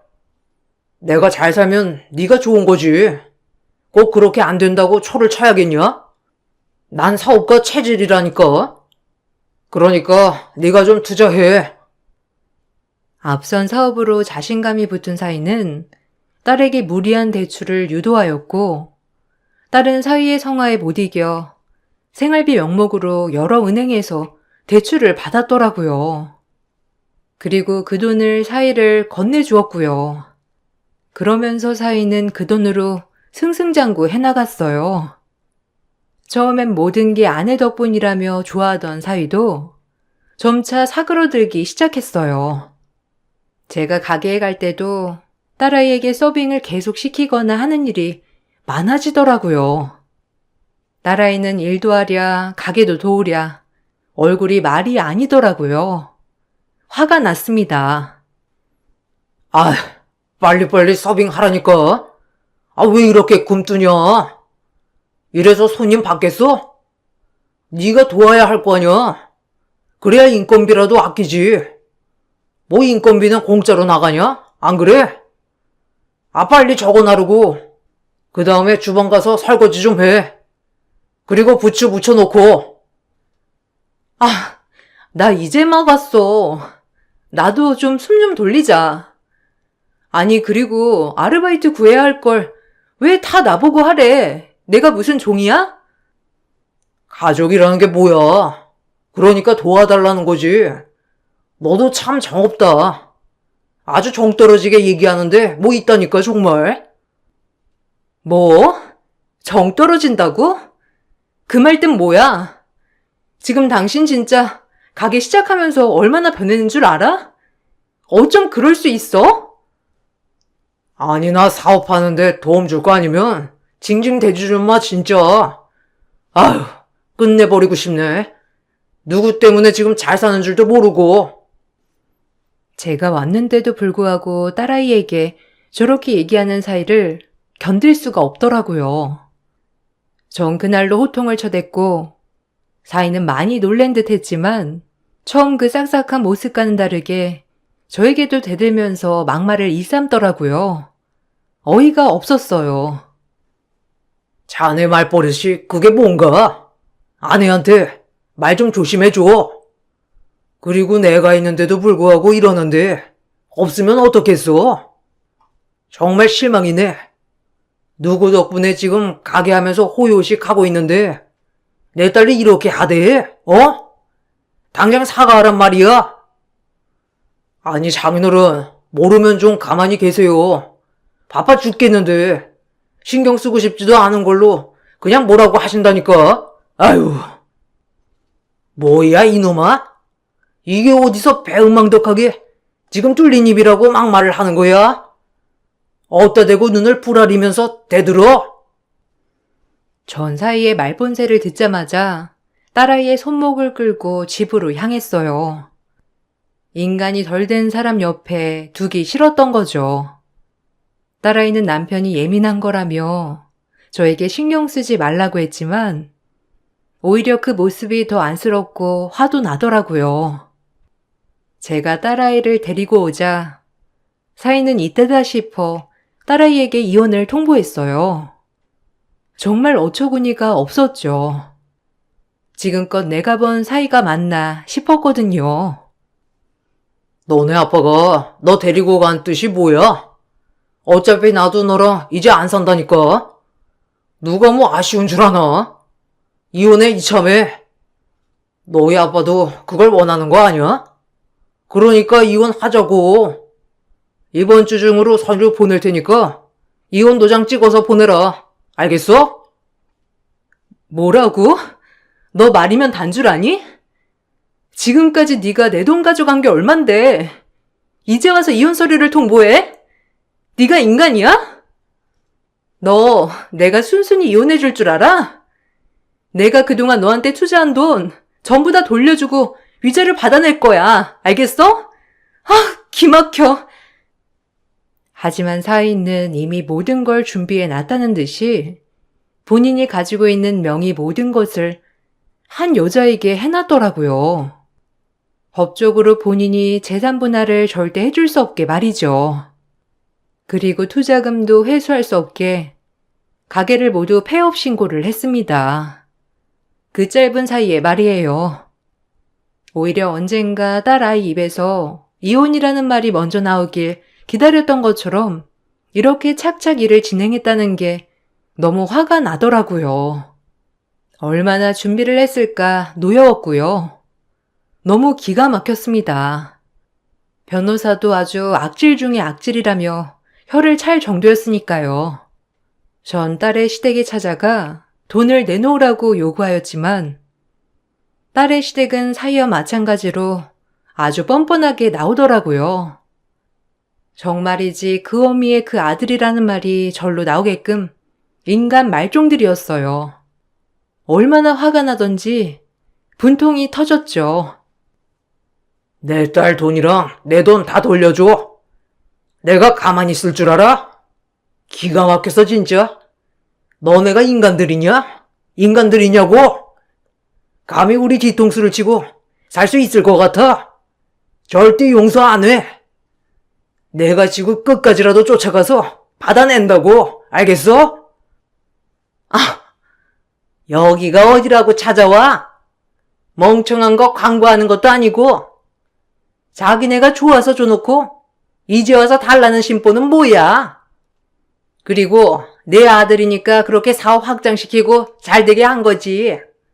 어디다 대고 이제 와서 조기 자본을 내놓으래? 없으니까 배째. 그리고 이제 이혼했으면 그만 찾아와요. 격 떨어져 정말. 우리를 무슨 옛날 그때 그 사람들인 줄 아나 봐. 이젠 격이 달라졌어요. 뭐? 격? 너희 같은 게 격이 있을 것 같아? 내가 가만둘 것 같냐고? 너희들 이렇게 호요식하게 절대 안 내버려둬. 알아? 딸의 시어머니의 막말을 듣고 절망스러웠습니다. 돈이야 돈이지만 딸아이가 상처받았을 생각에 마음이 아프더라고요. 이혼은 하였지만 돈을 회수하는 과정에서 지속적인 소송이 오갔죠. 그 사이 딸은 많이 지쳐 보였고요. 그 모습을 보는 것도 힘들더라고요. 힘들어하는 딸을 대신하여 전 백방으로 법률 자문을 알아보며 다녔어요. 절대 이렇게는 물러날 수 없었거든요. 참 지치더라고요. 계속되는 소송은 이어졌고 전 본업을 이어나가야 했어요. 그리고 역시나 그날도 공항으로 갈 손님을 태우려 하는데 멀리서 걸어오는 한 가족들이 보이더라고요. 원수는 외나무 다리에서 만난다는 말이 딱 맞아 떨어졌죠. 사이놈이 새장가를 갔다가 처갓집을 대동하며 동반 신혼여행을 가는 것 같더라고요. 아, 정말 기가 막혔습니다. 그리고 이대로는 안 되겠다 싶었어요. 기사님, 인천공항으로 가주세요. 아, 어머님, 제가 면세점 가서 백 하나 사드릴게요. 유정이랑 같이 매면 너무 잘 어울리실 거예요. 아, 기사님? 나 모르나 자네? 제 발로 걸어온 걸 환영한다. 내가 어디로 가는지 보자고. 여기 이 양반들도 아나? 아니, 내려줘요, 얼른. 우리 택시 잘못 탔으니까 다른 거 탈 거니까 얼른 내려주란 말이야. 당신 이거 납치야, 알아? 정 그 즉시 사이놈이 말하는 목적지가 아닌 상상 초월한 목적지로 향했어요. 사이는 제 모습을 보더니 놀란 기색이 역력했고요. 전 그 길로 경찰서로 향했어요. 그리고 사이를 채무 불이행 명목으로 고소했습니다. 사이는 이게 무슨 짓이냐며 호통을 쳤고 그걸 지켜보던 사이의 세처가 식구들과 신부가 이게 무슨 일이냐며 악을 쓰더라고요. 전 하나하나 조목조목 따져주었죠. 어차피 진행할 일이었지만 이왕 이렇게 맞닥뜨렸으니 너 오늘 신혼여행이고 나발이고 잘 걸렸다 싶었던 거죠. 아주 시원했어요. 아니, 이게 무슨 일이야? 공항으로 가야지 무슨 경찰서야. 오빠, 이게 어떻게 된 거야? 채무 불이행이라니, 어? 전 와이프랑 다 좋게 끝난 거 아니었어? 근데 왜 오빠가 고소를 당해? 말 좀 해봐. 이게 어떻게 된 거냐고. 오빠만 믿으라며. 사업이 그렇게 대박이나 놓고 바로 폐업 신고하고 돈만 가로챘더라. 사업 실패했을 때 투자금을 돌려받지 못할 거라는 걸 넌 알았던 거지, 괘씸한 놈. 우리가 썼던 계약서 거기 잘 살펴봤어? 투자 계약서지만 원금 보장 및 확실한 정해진 이자 금액을 받기로 한 사항이 거기 쓰여 있잖아, 안 그래? 그럼 우리 딸이랑 나는 너한테 투자를 했던 게 아니라 대여를 해준 거지. 대여금은 꼭 갚아야 하는 거 알고 있지? 넌 그 돈을 갚지 않았으니 지금 경찰서에 끌려온 거야. 알겠니? 이 비열한 자식아? 잘 살 줄 알았지? 아니, 그게 무슨 대여금이라는 거예요? 투자해준 투자금이지. 그리고 지금 가게도 폐업한 마당에 돌려받을 수 없어요. 그건 법정에서 얘기해. 그리고 이자까지 받을 수 있는 법이니까 두둑히 준비해놔야 할 거다. 다시 알고지 한번 대봐. 아가씨도 정신 차려요. 이놈이 어떤 놈인 줄 알고 재혼을 해? 참나. 무슨 엄청난 갑부인 줄 알았어? 이놈 나한테 갚아야 할 돈은 산더미요. 정신 차려 이제. 그쪽도 친정엄마 같은데 딸아이 정신 차리게 옆에서 많이 도와주셔야겠네. 어쨌든 법정에서 또 보자고. 아니, 오빠, 이 아저씨 말이 사실이야? 모든 거 다 정리했다며. 깨끗한 이혼남 아니었어?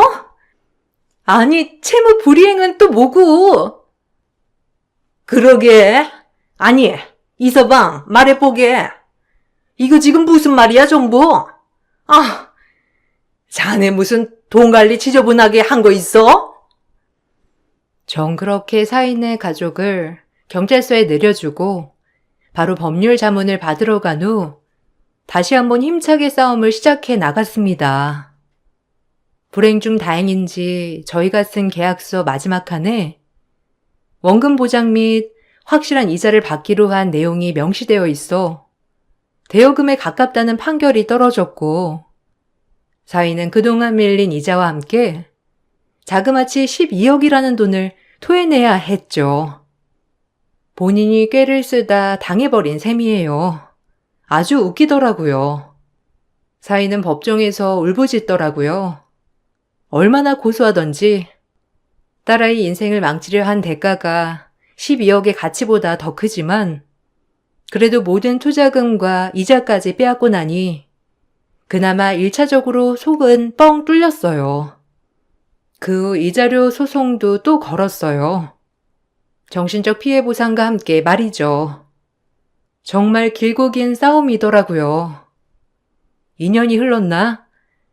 다행히도 긴 싸움의 끝에 법원은 저희 편을 들어주었고 막대한 위자료를 받을 수 있었습니다. 저희에게 모든 돈이 털리자 재혼한 부인한테도 이혼을 당하더라고요. 다시 딸아이를 처음 만났던 알거지로 돌아간 거죠. 참 인생사 세옹지마라고 느꼈네요. 인생사 세옹지마지. 인생 그따위로 살지 마라. 나이도 어린 게 잔머리만 굴리다 거지신세 보면하지. 어디 한번 이제 진짜 네 모습으로 돌아왔으니 잘 한번 살아봐. 순전히 네 힘으로 어디까지 올라갈 수 있는지 알겠냐? 구질구질한 새끼. 아, 장인어른, 제가 미쳤었나 봅니다. 고마운 줄도 모르고 참 정말 죄송해요. 제가 은혜는 설득시킬 테니 한 번만 더 기회를 주시면 안 될까요? 그러면 안 되는 건데 제가 돈 맛을 보더니 뭐에 씌었었나 봐요. 네? 제발 부탁드릴게요. 닥쳐. 네가 날 설득해? 오랜 싸움이었다. 이 구질구질한 놈아. 단물만 쏙 빨아먹더니 꼴 좋아 아주. 이게 네 꼴이지. 네 본 모습이기도 하고 너 하나로 인생 공부 진짜 많이 했어. 다신 보지 말자. 이 거지 깽깽이 같은 놈아. 아빠 그만 가요 우리. 제발 이렇게 가면 난 어떡하라고. 나 택시비 하게 5만 원만 주면 안 되냐? 아, 그래도 정이 있는데 나 진짜 그지란 말이야. 안심한 인간 같으니라고. 이런 놈한테 내 딸을 맡긴 내가 등신이지. 알아서 걸어가 이 새끼야. 어디서 돈 타령이야. 그날 법정에서 사위는 제 딸과 저에게 미안하다고 울며불며 사정했지만 딸아이와 저는 욕짓거리를 남긴 채 법정을 빠져나갔어요. 딸도 많이 배웠을 테지만 저 역시도 참 많이 배운 나날이었어요. 그리고 시간이 많이 지난 지금 딸아이는 예전 상처를 잊고 본인 인생을 잘 개척해 나가고 있답니다. 요샌 운동에 빠져서 필라테스 스튜디오도 차리고 본인 일에 열정을 갖고 일해요. 아빠가 없었으면 정말 어떻게 버텼을지 상상이 안 가. 고마워, 내 옆에 있어줘서. 그 힘든 시간 아빠 때문에 버틸 수 있었어.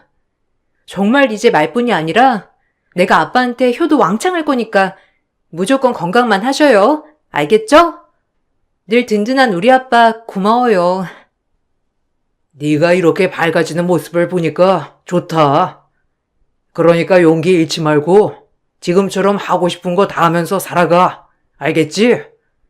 아빠는 너 하나 잘 되는 거 그것뿐이니까. 나쁜 놈을 어떻게 당해, 안 그래? 그러니까 이제 다신 반복하지 말고 행복해지자. 그러면서 차츰 밝아지고 있고요. 저 역시 딸이 큰 인생 공부를 했다는 생각에 지난 날을 웃으려고 노력합니다. 멀리서 들리는 얘기로는 전 사이놈은 이리저리 또 투자처만 찾다가 결국 지금은 시골에 있는 하청업체 공장 같은 데서 생산직을 한다고 하더라고요. 그것이 마지막 소식이고 그 후 소식은 들리지 않고요. 아마 엄청 악독한 놈이니 지금도 남의 돈을 투자받아 사업할 궁리만 하고 있겠죠. 하지만 진정성이 1도 없는 놈이니 절대 그렇게 될 리는 없고요. 늘 운전하며 듣는 열혈 애청자로서 처음으로 글을 써보니 쑥스럽기도 하고 속이 시원하기도 해요. 여러분들의 하루가 늘 좋은 하루가 되길 바라며 이만 글을 마쳐보겠습니다. 들어주셔서 감사합니다. 안녕하세요. 저는 40대 후반 여자입니다. 사연을 신청하기 위해 글을 쓰는 지금도 제가 겪게 된 일들이 도저히 믿기지가 않아 온몸에 소름이 돋고 있을 만큼 큰 충격에 빠진 상태입니다. 7년 전 어느 날 저희 집안에 갑자기 닥친 불행은 엄마의 교통사고로부터 시작이 되었어요. 횡단보도를 건너가시다가 신호 위반을 하는 차량과 부딪히는 사고가 엄마의 몸에 큰 문제를 일으키게 되었었죠. 척추신경계에 손상이 왔는지 전신불수 판정을 받게 되었고 저희 가족이 받는 정신적인 고통은 상당히 크게 다가왔었죠. 회복하기가 힘들 것 같다는 의사의 진단은 조금의 기적도 바랄 수가 없을 만큼 절망을 안겨주었어요. 엄마의 옆을 지켜주시던 아빠는 잠 한숨 못 주무시면서 그래도 분명 좋아질 수 있을 거라며 매일같이 온몸을 주물러 주었고 2년의 병원 생활을 끝으로 태어난 엄마는 집에서 아빠의 보살핌을 받으셨어요. 저희 부부가 아빠에게 생활비를 대주면서 금전적으로 최대한 경제적인 지원을 해드렸죠. 남편한테 정말 고마웠던 건 저희 삶도 빠듯한데 그래도 불평하지 않고 묵묵히 뒤에서 도와주는 모습들이 너무 고마웠어요. 시부모님께서는 이런 상황에서 남편이 도와주는 걸 탐탁치 않아 하셨지만 어쩔 수 없는 상황이라 아무 말 하지 않고 지켜만 보고 계시다가 엄마의 몸은 절대로 회복이 될 수 없다고 생각하셨는지 어느 날부터 시댁에 모임이 있거나 명절 때만 되면 시부모님께서는 항상 저희 가족에게 불만을 털어 놓으셨고 이런 안 좋은 감정의 골이 결국 상처로 남게 되었죠. 항상 제 편이 되어주던 남편은 중간에서 최대한 좋게 풀어가려고 노력을 했었지만 희망이 없는 저희 엄마의 수발을 어떻게 평생 들어야 하냐며 저에게 남편을 그만 놓아달라고 결국 눈물까지 보이시는 상황으로 이어지고 말았습니다. 그렇게 되다 보니 저 또한 시부모님의 마음을 모르는 게 아니었기 때문에 고민이 상당히 많았어요. 결국 엄마가 전신불수가 된 지 3년의 시간이 흘렀을 때 남편한테 이혼 얘기를 꺼내게 되었고 저희 가족의 불행을 남편에게까지 짐을 얹어주고 싶지 않았습니다. 하지만 남편은 저와 헤어지는 건 상상조차 하지 않았다면서 절대로 등 돌릴 일은 없을 거라고 이혼하자는 말을 거부했어요. 남편이 이혼할 생각이 없다는 걸 시모도 알게 되자 결국 참아왔던 불만이 터져버리게 되었고 저희 집에까지 찾아오셔서 다짜고짜 제 머리채를 잡으셨습니다. 너희 집안 때문에 내 아들 인생을 망치게 됐다고. 당장 이혼 서류에 도장 찍고 갈라서라. 내가 이런 꼴을 언제까지 봐야 하는 건데? 안 싸더니 눈만 제대로 뜨고 걸어 다녔다면 이런 일은 생기지 않았겠지. 아들, 너는 엄마의 가슴에 못을 박고 싶은 거니? 오늘은 어떻게든 해결하려고 온 거니까 대충 넘어갈 생각하지 말아라. 내 아들 인생 구하려고 오늘 작정하고 왔는데 이대로 돌아가면 또다시 너희 집안 때문에 내가 스트레스를 받아야 되잖아. 엄마, 일단 진정하시고 그 손부터 놓으세요. 이 사람 머리채 잡는다고 달라지는 건 아무것도 없다니까요. 오히려 상황만 더 악화시킬 뿐이라고요. 우리가 하루 이틀 지켜본 것도 아니고 벌써 3년이나 지났다. 앞으로의 얼마나 더 많은 시간을 버텨야 하는 건데? 너 정말 이런 식으로 평생 살아갈 거니? 아버님, 어머님, 정말 너무하세요. 저도 그동안 며느리로서 최선을 다해왔고, 이 사람한테 부담 주지 않으려고 저녁 늦게까지 아르바이트도 한다고요. 최대한 신경 쓰지 않게 해드리려고 잠잘 시간 쪼개가면서 살고 있는데 그냥 좀 놔주시면 안 돼요? 저도 아버님, 어머님 때문에 너무 힘들고 지쳐버렸다고요. 그니까 그만 갈라서라는 말을 하는 거잖냐. 너희들이 얼마나 버틸 수 있을 것 같은데? 내가 대충 알아보니까 전신불수가 회복될 수 있는 가능성은 아예 제로에 가깝다더라. 그냥 평생 누워서만 살아야 되고 날이 가면 갈수록 병원비는 더 많이 깨질 텐데 그걸 내 아들이 감당해야만 한다는 게 나는 너무 화가 난다고. 나까지 쓰러지는 꼴 보고 싶지 않으면 당장 내 눈앞에서 도장 찍고 내일 바로 법원으로 찾아가라. 그렇게 하지 않으면 오늘 둘 중 하나는 세상 떠나게 될 줄 알라고. 사돈어른도 몸이 많이 약하신 걸로 알고 있는데 지금도 힘겹게 안사돈을 보살피고 있을 텐데 나중에 과로로 쓰러지거나 예상치 못하게 몸에 문제가 와서 입원이라도 하게 된다면 아들 너는 그때 가서 또 어떻게 하려고? 그때도 지금처럼 몇 빠지게 돈 벌어서 사돈댁 생활비 충당해주면서 평생 간호만 하다가 인생 종칠 거니? 내가 널 낳아준 게 수발 들라고 10달 배 아파서 낳아준 것 같아? 일이 더 심각해지기 전에 서둘러서 발 빼고 각자 살 길 알아서 찾도록 해라. 너희 부모 일을 내 아들이 짊어지게 할 수 없으니까 마지막으로 경고할 때 좋게 해결하는 게 더 큰 피해를 막는 길이다. 시모는 무서울 정도로 얼굴을 붉히시며 저를 압박하셨어요. 남편은 이런 상황들을 서둘러 진정시키려고 시부모님과 따로 대화 좀 하고 오겠다면서 두 분을 모시고 밖으로 나갔습니다. 폭풍이 휘몰아치고 간 자리에는 시모가 집어던진 물건들과 헝클어진 제 머리만 보였어요. 앞으로 어떻게 살아가야 할지 몰라 너무 괴로웠던 나머지 결국 만신창이가 되어버린 몸이 전신 거울에 비친 모습을 본 저는 눈물을 쏟아내고 말았습니다. 그렇게 한참의 시간 동안 들어오지 않았던 남편은 늦은 새벽이 되어서야 집으로 들어왔어요.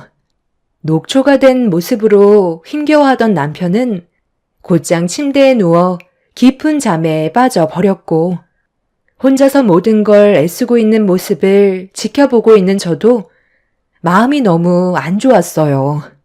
저는 그날 잠 한숨 못 자고 많은 생각에 빠져 있었죠. 그리고 제가 선택한 건 남편과의 이혼을 결정하는 거였고 아침 일찍 출근을 하려는 남편을 불러 서류 봉투를 건네 주었습니다. 저는 이게 옳은 결정인 것 같아 남편을 그만 놓아주려고 했었는데 제 앞에서 이혼 서류를 찢은 남편은 전날에 있었던 일들에 대해 설명을 해주었고 전혀 상상하지 못했던 말이 튀어나와 입을 다물지 못했어요.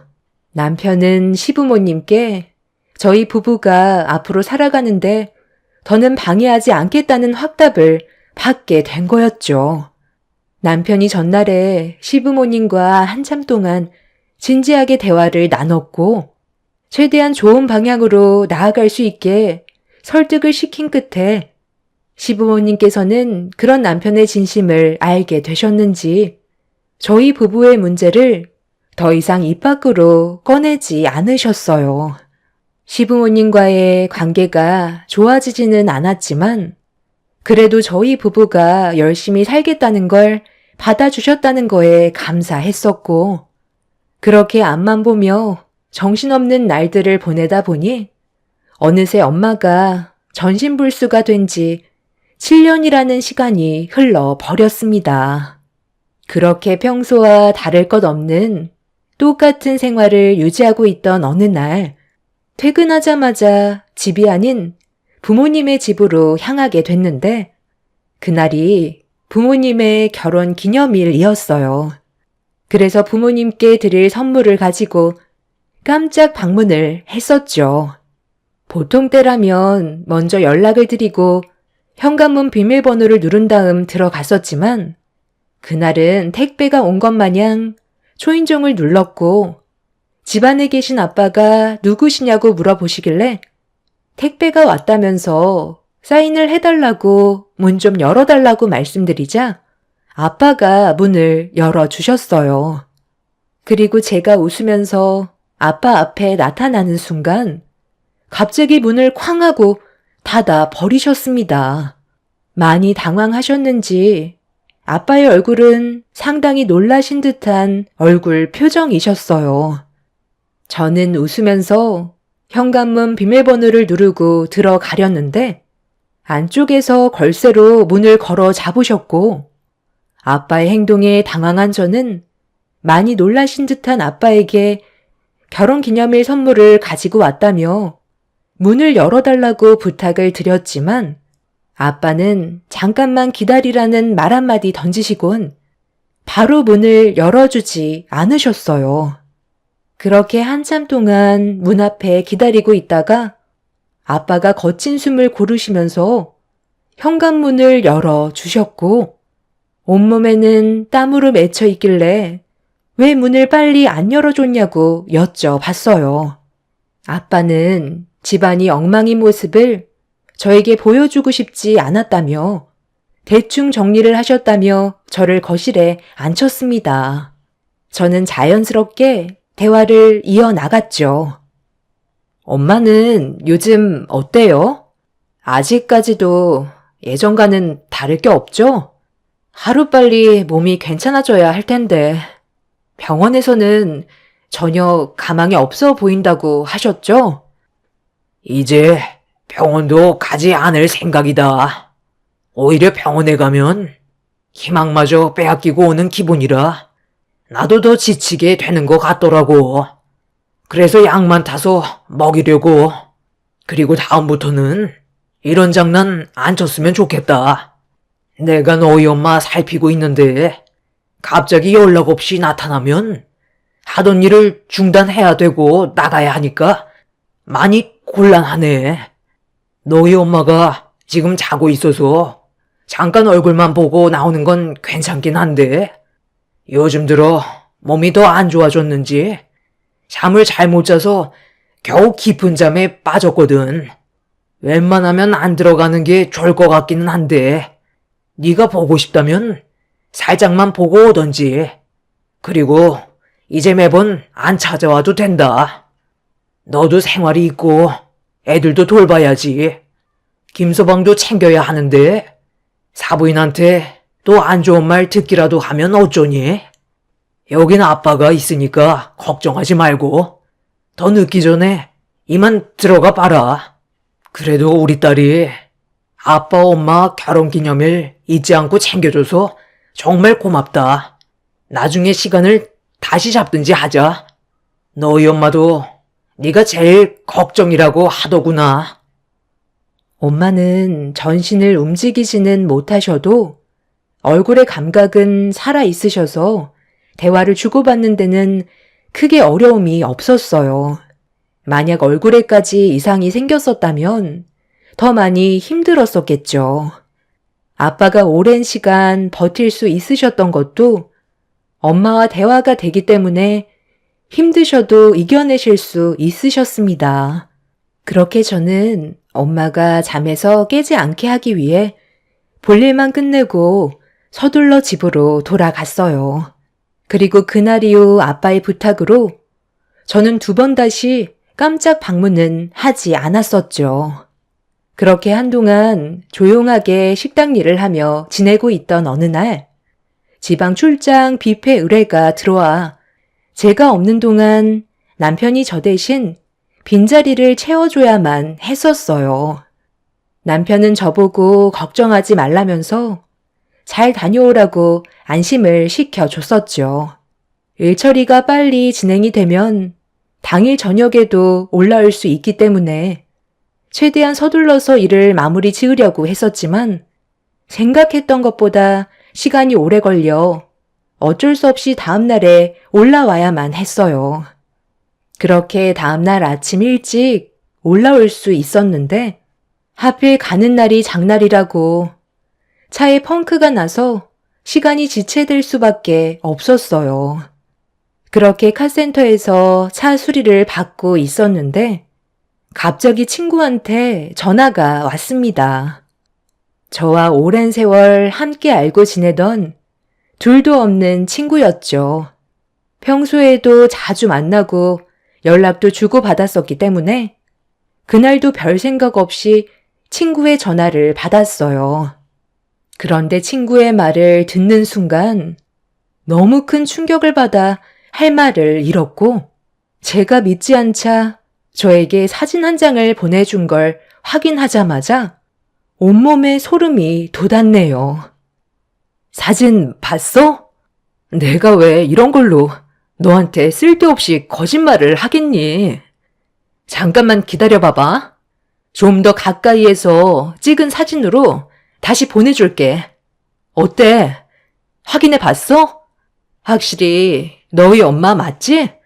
내가 하루 이틀 어머님 뵌 것도 아닌데 딱 보면 바로 알지. 전신불수라더니 어떻게 백화점을 활보하며 다니실 수가 있니? 여보세요? 지금 내 말 듣고 있는 거야? 나보다 네가 더 충격을 받았겠지. 7년을 누워 계셨던 분이 저렇게 멀쩡히 돌아다니시는데 얼마나 놀랐겠어. 내가 직접 두 눈으로 확인을 해봐야 되겠어. 지금 거기 어디야? 정확한 주소 좀 문자로 보내줘. 그리고 미안한데 계속 미행 좀 부탁할게.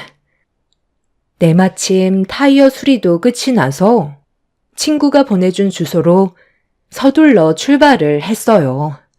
그런데 식당에서 다음 출장 뷔페 일정이 잡혔다면서 제 트렁크에 실려있던 식기들과 용품들을 서둘러 받길 원했고 서둘러 출발해야 된다는 사장님의 말에 어쩔 수 없이 식당에부터 들려야만 했습니다.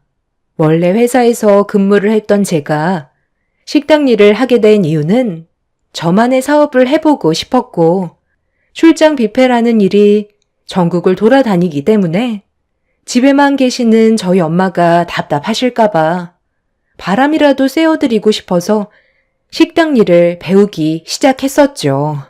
그렇게 저 나름 여러 가지 계획을 가지면서 엄마를 위해 삶의 변화까지 줬었는데 친구의 전화 한 통에 너무 큰 배신감을 느꼈고 도저히 믿을 수 없는 사진 속에 담긴 엄마의 모습이 저를 분노하게 만들었습니다. 그동안 왜 저를 속여왔었는지 이해를 할 수가 없었어요. 힘겹게 한 걸음 떼시는 게 아닌 너무 자연스럽게 걷고 계신 모습이 제 입을 다물지 못하게 만들었었죠. 그렇게 저는 식당에 먼저 들려 식기들을 전부 내려놓은 뒤 친구가 보내준 주소로 다시 급하게 달려갔어요. 그렇게 정신없이 달려 도착하니 저를 발견한 친구가 손짓을 했고 몸을 숨겨 손가락으로 가르친 곳을 주시하고 있었습니다. 그리고 잠시 뒤 온 매장에서 새 옷으로 갈아입고 나온 엄마는 전신 거울을 보면서 흡족해 하시는 모습이 제 두 눈에 들어왔어요. 도저히 믿기지 않는 모습에 경악을 했고 온몸이 떨려오고 있었는데 그 순간 엄마 옆에 나타난 또 다른 한 사람을 보자마자 기겁을 하고 말았습니다. 저와 17년을 한 입을 덮고 살았던 남편이 엄마 옆에서 옷이 잘 어울리신다며 미소를 보이고 있었어요. 그리고 뒤이어 또 다른 한 사람이 나타났는데 그건 바로 저희 아빠였습니다. 부모님과 남편은 새 옷을 입고 쇼핑을 즐기고 있는데 그 모습을 제가 어떻게 받아들여야 할지 모르겠더라고요. 엄마는 분명 손가락 하나 까딱할 수 없을 정도의 몸이었는데 어떻게 멀쩡히 돌아다닐 수 있는 건지 이해를 할 수가 없었습니다. 당장이라도 앞으로 튀어나가 남편과 부모님께 그동안 저를 속이고 있던 거에 화를 내고 싶었지만 왜 저 몰래 이런 일들을 꾸며왔는지 좀 더 확실하게 짚고 넘어가기 위해 증거물만 모아 두었고 그날 이후 부모님과 남편의 행동 하나하나에 모든 걸 의심할 수밖에 없었습니다. 저는 평소 때처럼 한결같은 모습으로 연기를 하면서 결정적인 진실이 나올 때까지 기다리고 있었는데 멀리에서만 지켜보는 건 한계가 있는 것 같아 아이들을 데리고 남편과 함께 주말에 친정집으로 향했어요. 그리고 부모님 집에서 주말을 보내면서 좀 더 정확한 무언가를 두 눈으로 확인하기 위해 계획을 세웠고 남편과 아빠는 자주 얼굴 보는데 제가 힘들까봐 그렇게 하지 않아도 된다며 거부했었지만 강하게 밀어붙여 친정집에서 하룻밤을 자게 되었죠. 엄마는 평소와 다를 것 없이 누워 계신 상태로 저를 반겨주셨어요. 그런 엄마를 유심히 바라보던 저는 화가 치밀었지만 최대한 감정을 억누르면서 평소와 똑같이 행동하며 온 신경을 남편과 부모님한테 향했었죠. 그렇게 묵묵히 때를 기다리고 있자 늦은 새벽에 제 옆에서 잠을 자고 있던 남편이 몸을 일으켜 조심스럽게 방문을 열고 거실로 나갔어요. 저는 그때를 놓치지 않기 위해 방문을 살짝 열고 문틈으로 남편을 유심히 바라보고 있었습니다. 잠시 뒤 남편은 부모님의 방문을 두드렸는데 기다렸다는 듯이 방문이 바로 열리는 순간 남편이 방 안으로 조용히 들어갔어요.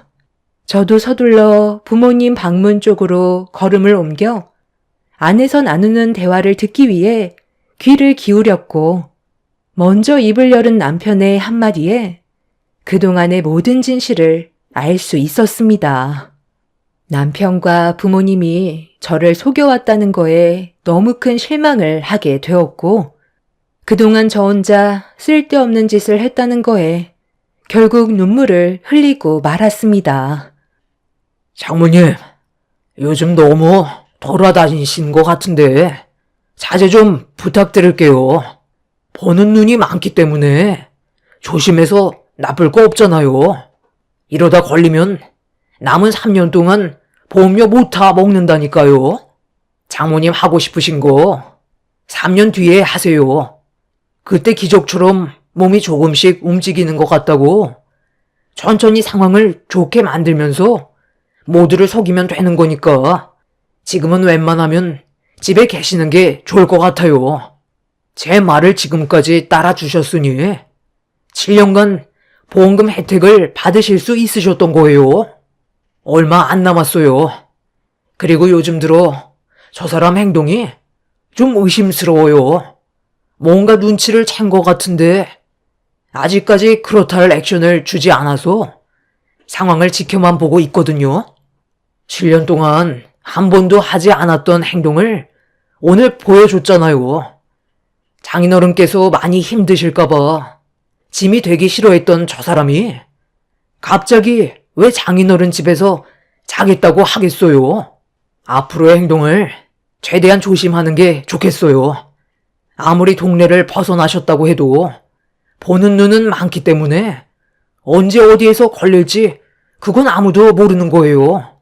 마음 같아서는 지우 엄마한테도 전부 설명해 주고 싶었지만 저 사람 성격상 절대 그냥 넘어가지 않을 거예요.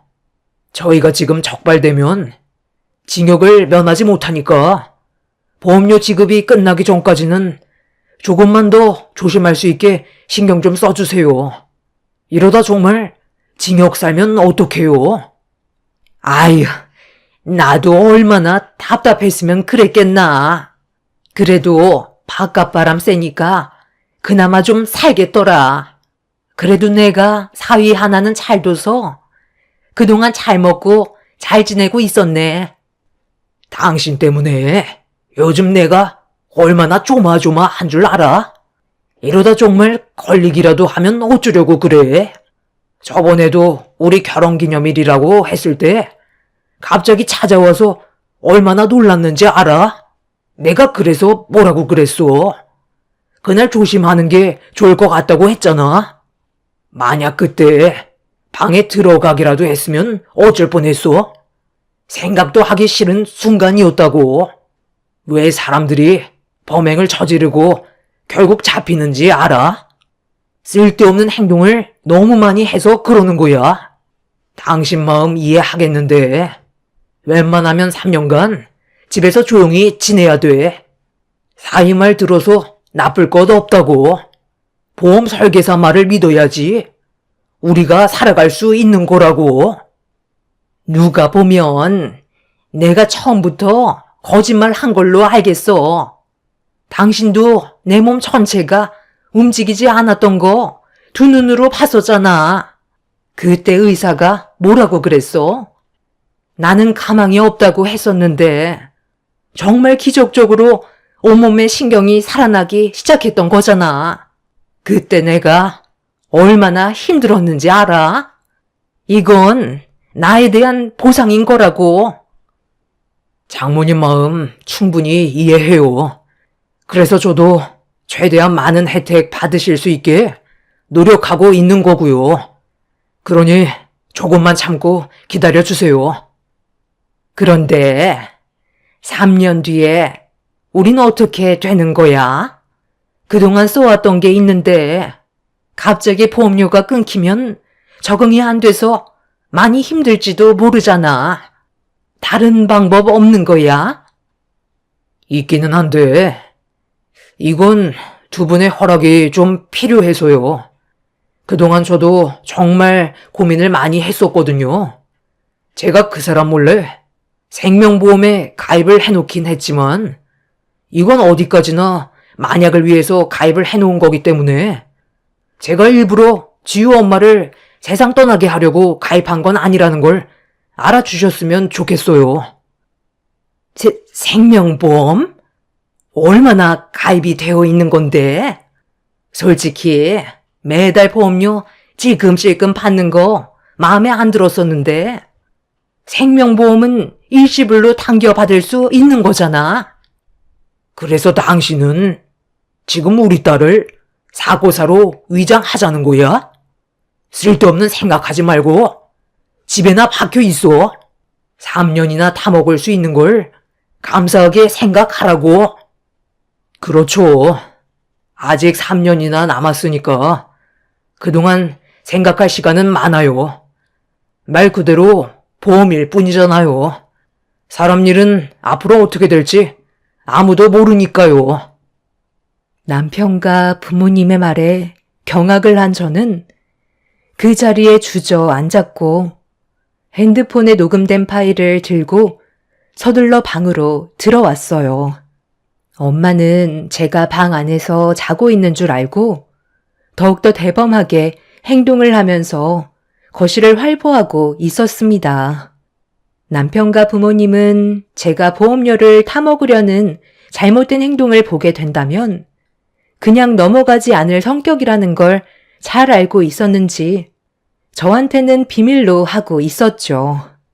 그리고 예전에 시부모님께서 저희 집에 찾아오셔서 저와 남편을 이혼시키려 했다가 더 이상 말리지 않았던 것도 부모님한테 보험료가 나오고 있다는 걸 알려드리면서 어느 정도 일부를 시부모님께도 드리고 있었다는 것도 들을 수 있었습니다. 엄마는 시부모님께 들어가는 보험료의 일부를 아깝게 생각하면서 남편에게 불만을 털어놨었지만 최대한 침착하게 엄마의 흥분을 가라앉혀주고 있었죠. 너무 큰 충격을 받은 저는 앞으로 어떻게 해야 할지 몰라 머릿속이 혼란스러웠어요. 그런데 남편이 저 몰래 생명보험에 가입을 한 것도 충격인데 그걸 긍정적으로 보고 계신 엄마의 한마디에 너무 놀라고 말았어요. 모든 걸 돈으로 바라보신 엄마는 3년 뒤를 걱정하면서 제가 모르는 생명보험의 혜택에 대해 남편과 진지하게 대화를 이어나가고 있었어요. 제가 방 안에서 모든 걸 듣고 있다는 걸 모르는 가족들은 거실에서도 대화는 계속해서 이어졌고 그동안 저한테 모든 사실을 숨긴 것도 모자라 또 다른 계획을 세우려고 하는 남편과 부모님을 도저히 용서할 수가 없었습니다. 혹시 모를 위험을 대비해 저는 경찰서에 몰래 전화를 걸어 도움을 요청했어요. 그리고 제가 거실 밖으로 나올 거라는 걸 상상조차 하지 못했던 가족들은 방문을 활짝 열며 튀어나온 저를 보곤 경악을 하면서 당황한 표정으로 저를 바라봤고 방으로 들어가려 했던 엄마는 그 자리에 멈춰서선 움직이지 않은 채 가만히 서 있었습니다.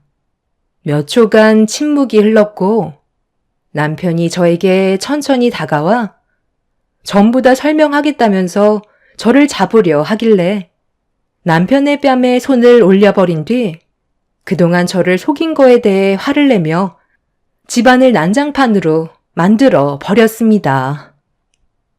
일단 진정하고 내 말부터 들어봐. 이건 우리 가족이 모두 잘 살기 위해 그랬던 것뿐이야. 당신이 알게 되면 모든 게 물거품 될까봐 숨기고 있었던 거라고. 네가 원래 거짓말 못하고 항상 양심적으로 살려고 하니까 굴러 들어올 돈도 못 받게 될까봐. 그래서 지금까지 비밀로 하고 있었다. 어찌됐든 나는 사고가 났었고 아주 잠깐이었지만 전신불수가 된 건 맞았잖아. 그래서 그에 따른 포상금을 받는 건데 이렇게까지 열낼 필요 뭐가 있어? 이제 그만해라. 그래요? 그럼 제 생명보험은 어떻게 설명하실 건데요? 제가 남도 아니고 엄마 뱃속에서 태어난 자식인데 어떻게 돈과 비교를 할 수가 있어요? 너 그건 또 언제 들은 거냐? 그냥 생명보험일 뿐이잖아. 내가 너를 헤아려 하겠니? 어떤 식으로 지급이 되는지 궁금해서 물어본 건데 뭐가 문제라는 거야? 문제가 있는 거죠. 제 동의 없이 이 사람이 일방적으로 생명보험에 가입을 해놓았다는 건 3년 뒤에 보험료 지급이 끝나면 그 다음은 제 차례라는 거잖아요. 남편은 흥분한 저를 진정시키려 했지만 이미 저는 이성을 잃어버린 상태였죠. 그리고 잠시 뒤 제가 도움을 요청했던 경찰분들이 부모님의 집에 초인종을 눌렀고 제가 경찰에 신고했다는 거에 놀란 부모님과 남편은 당황해하며 도망치려 하길래 서둘러 현관문을 열어 주었습니다. 그날 이후 남편과 양가 부모님은 조사를 받게 되었고 7년간 전신불수로 연기를 하면서 받은 보험금이 계획적이었다는 것과 저에게 몰래 생명보험에 가입해서 추가적인 범행을 저지르려 했다는 거에 결국 법적 처벌을 면할 수 없었습니다. 제 손으로 부모님을 처벌했다는 것도 마음에 안 좋았지만 7년간 저를 속여왔었다는 거에 너무 큰 상처를 받았었죠. 그리고 만약 제가 이런 사실을 모르고 지나갔다면 남편은 저 몰래 들어놓은 생명보험금을 타먹기 위해 부모님과 함께 더 큰 일을 계획할 수도 있었다는 거에 지금도 충격에서 벗어나지 못하고 있는 상태입니다. 남편과 부모님은 3년의 징역이 내려진 상태이고 시부모님은 6개월의 징역이 선고가 되었습니다. 앞으로 수감 생활을 하게 되겠지만 아마 저에 대한 분노가 하늘을 찌르고 있겠죠. 아이들을 데리고 다른 지역으로 이사를 할 예정이긴 하지만 앞으로 어떻게 살아야 할지는 모르겠어요. 지금 사연을 쓰는 동안에도 온몸이 떨려올 정도로 큰 충격을 받아서 그런지 머릿속이 백지화가 되어 버렸네요. 전신불수로 보험금을 타먹은 것도 모자라 저까지 하려 했던 그 사람들과 2번 다시 마주하고 싶지 않아요. 제가 앞으로 어떻게 살아가면 좋을까요? 부모님과 남편을 위해 살아왔었는데 지금은 한순간에 저 혼자가 되어 버렸네요. 잘못된 행동은 결국 그에 따른 파국을 맞게 된다는 걸 이번 일을 통해 많은 걸 알게 됐어요.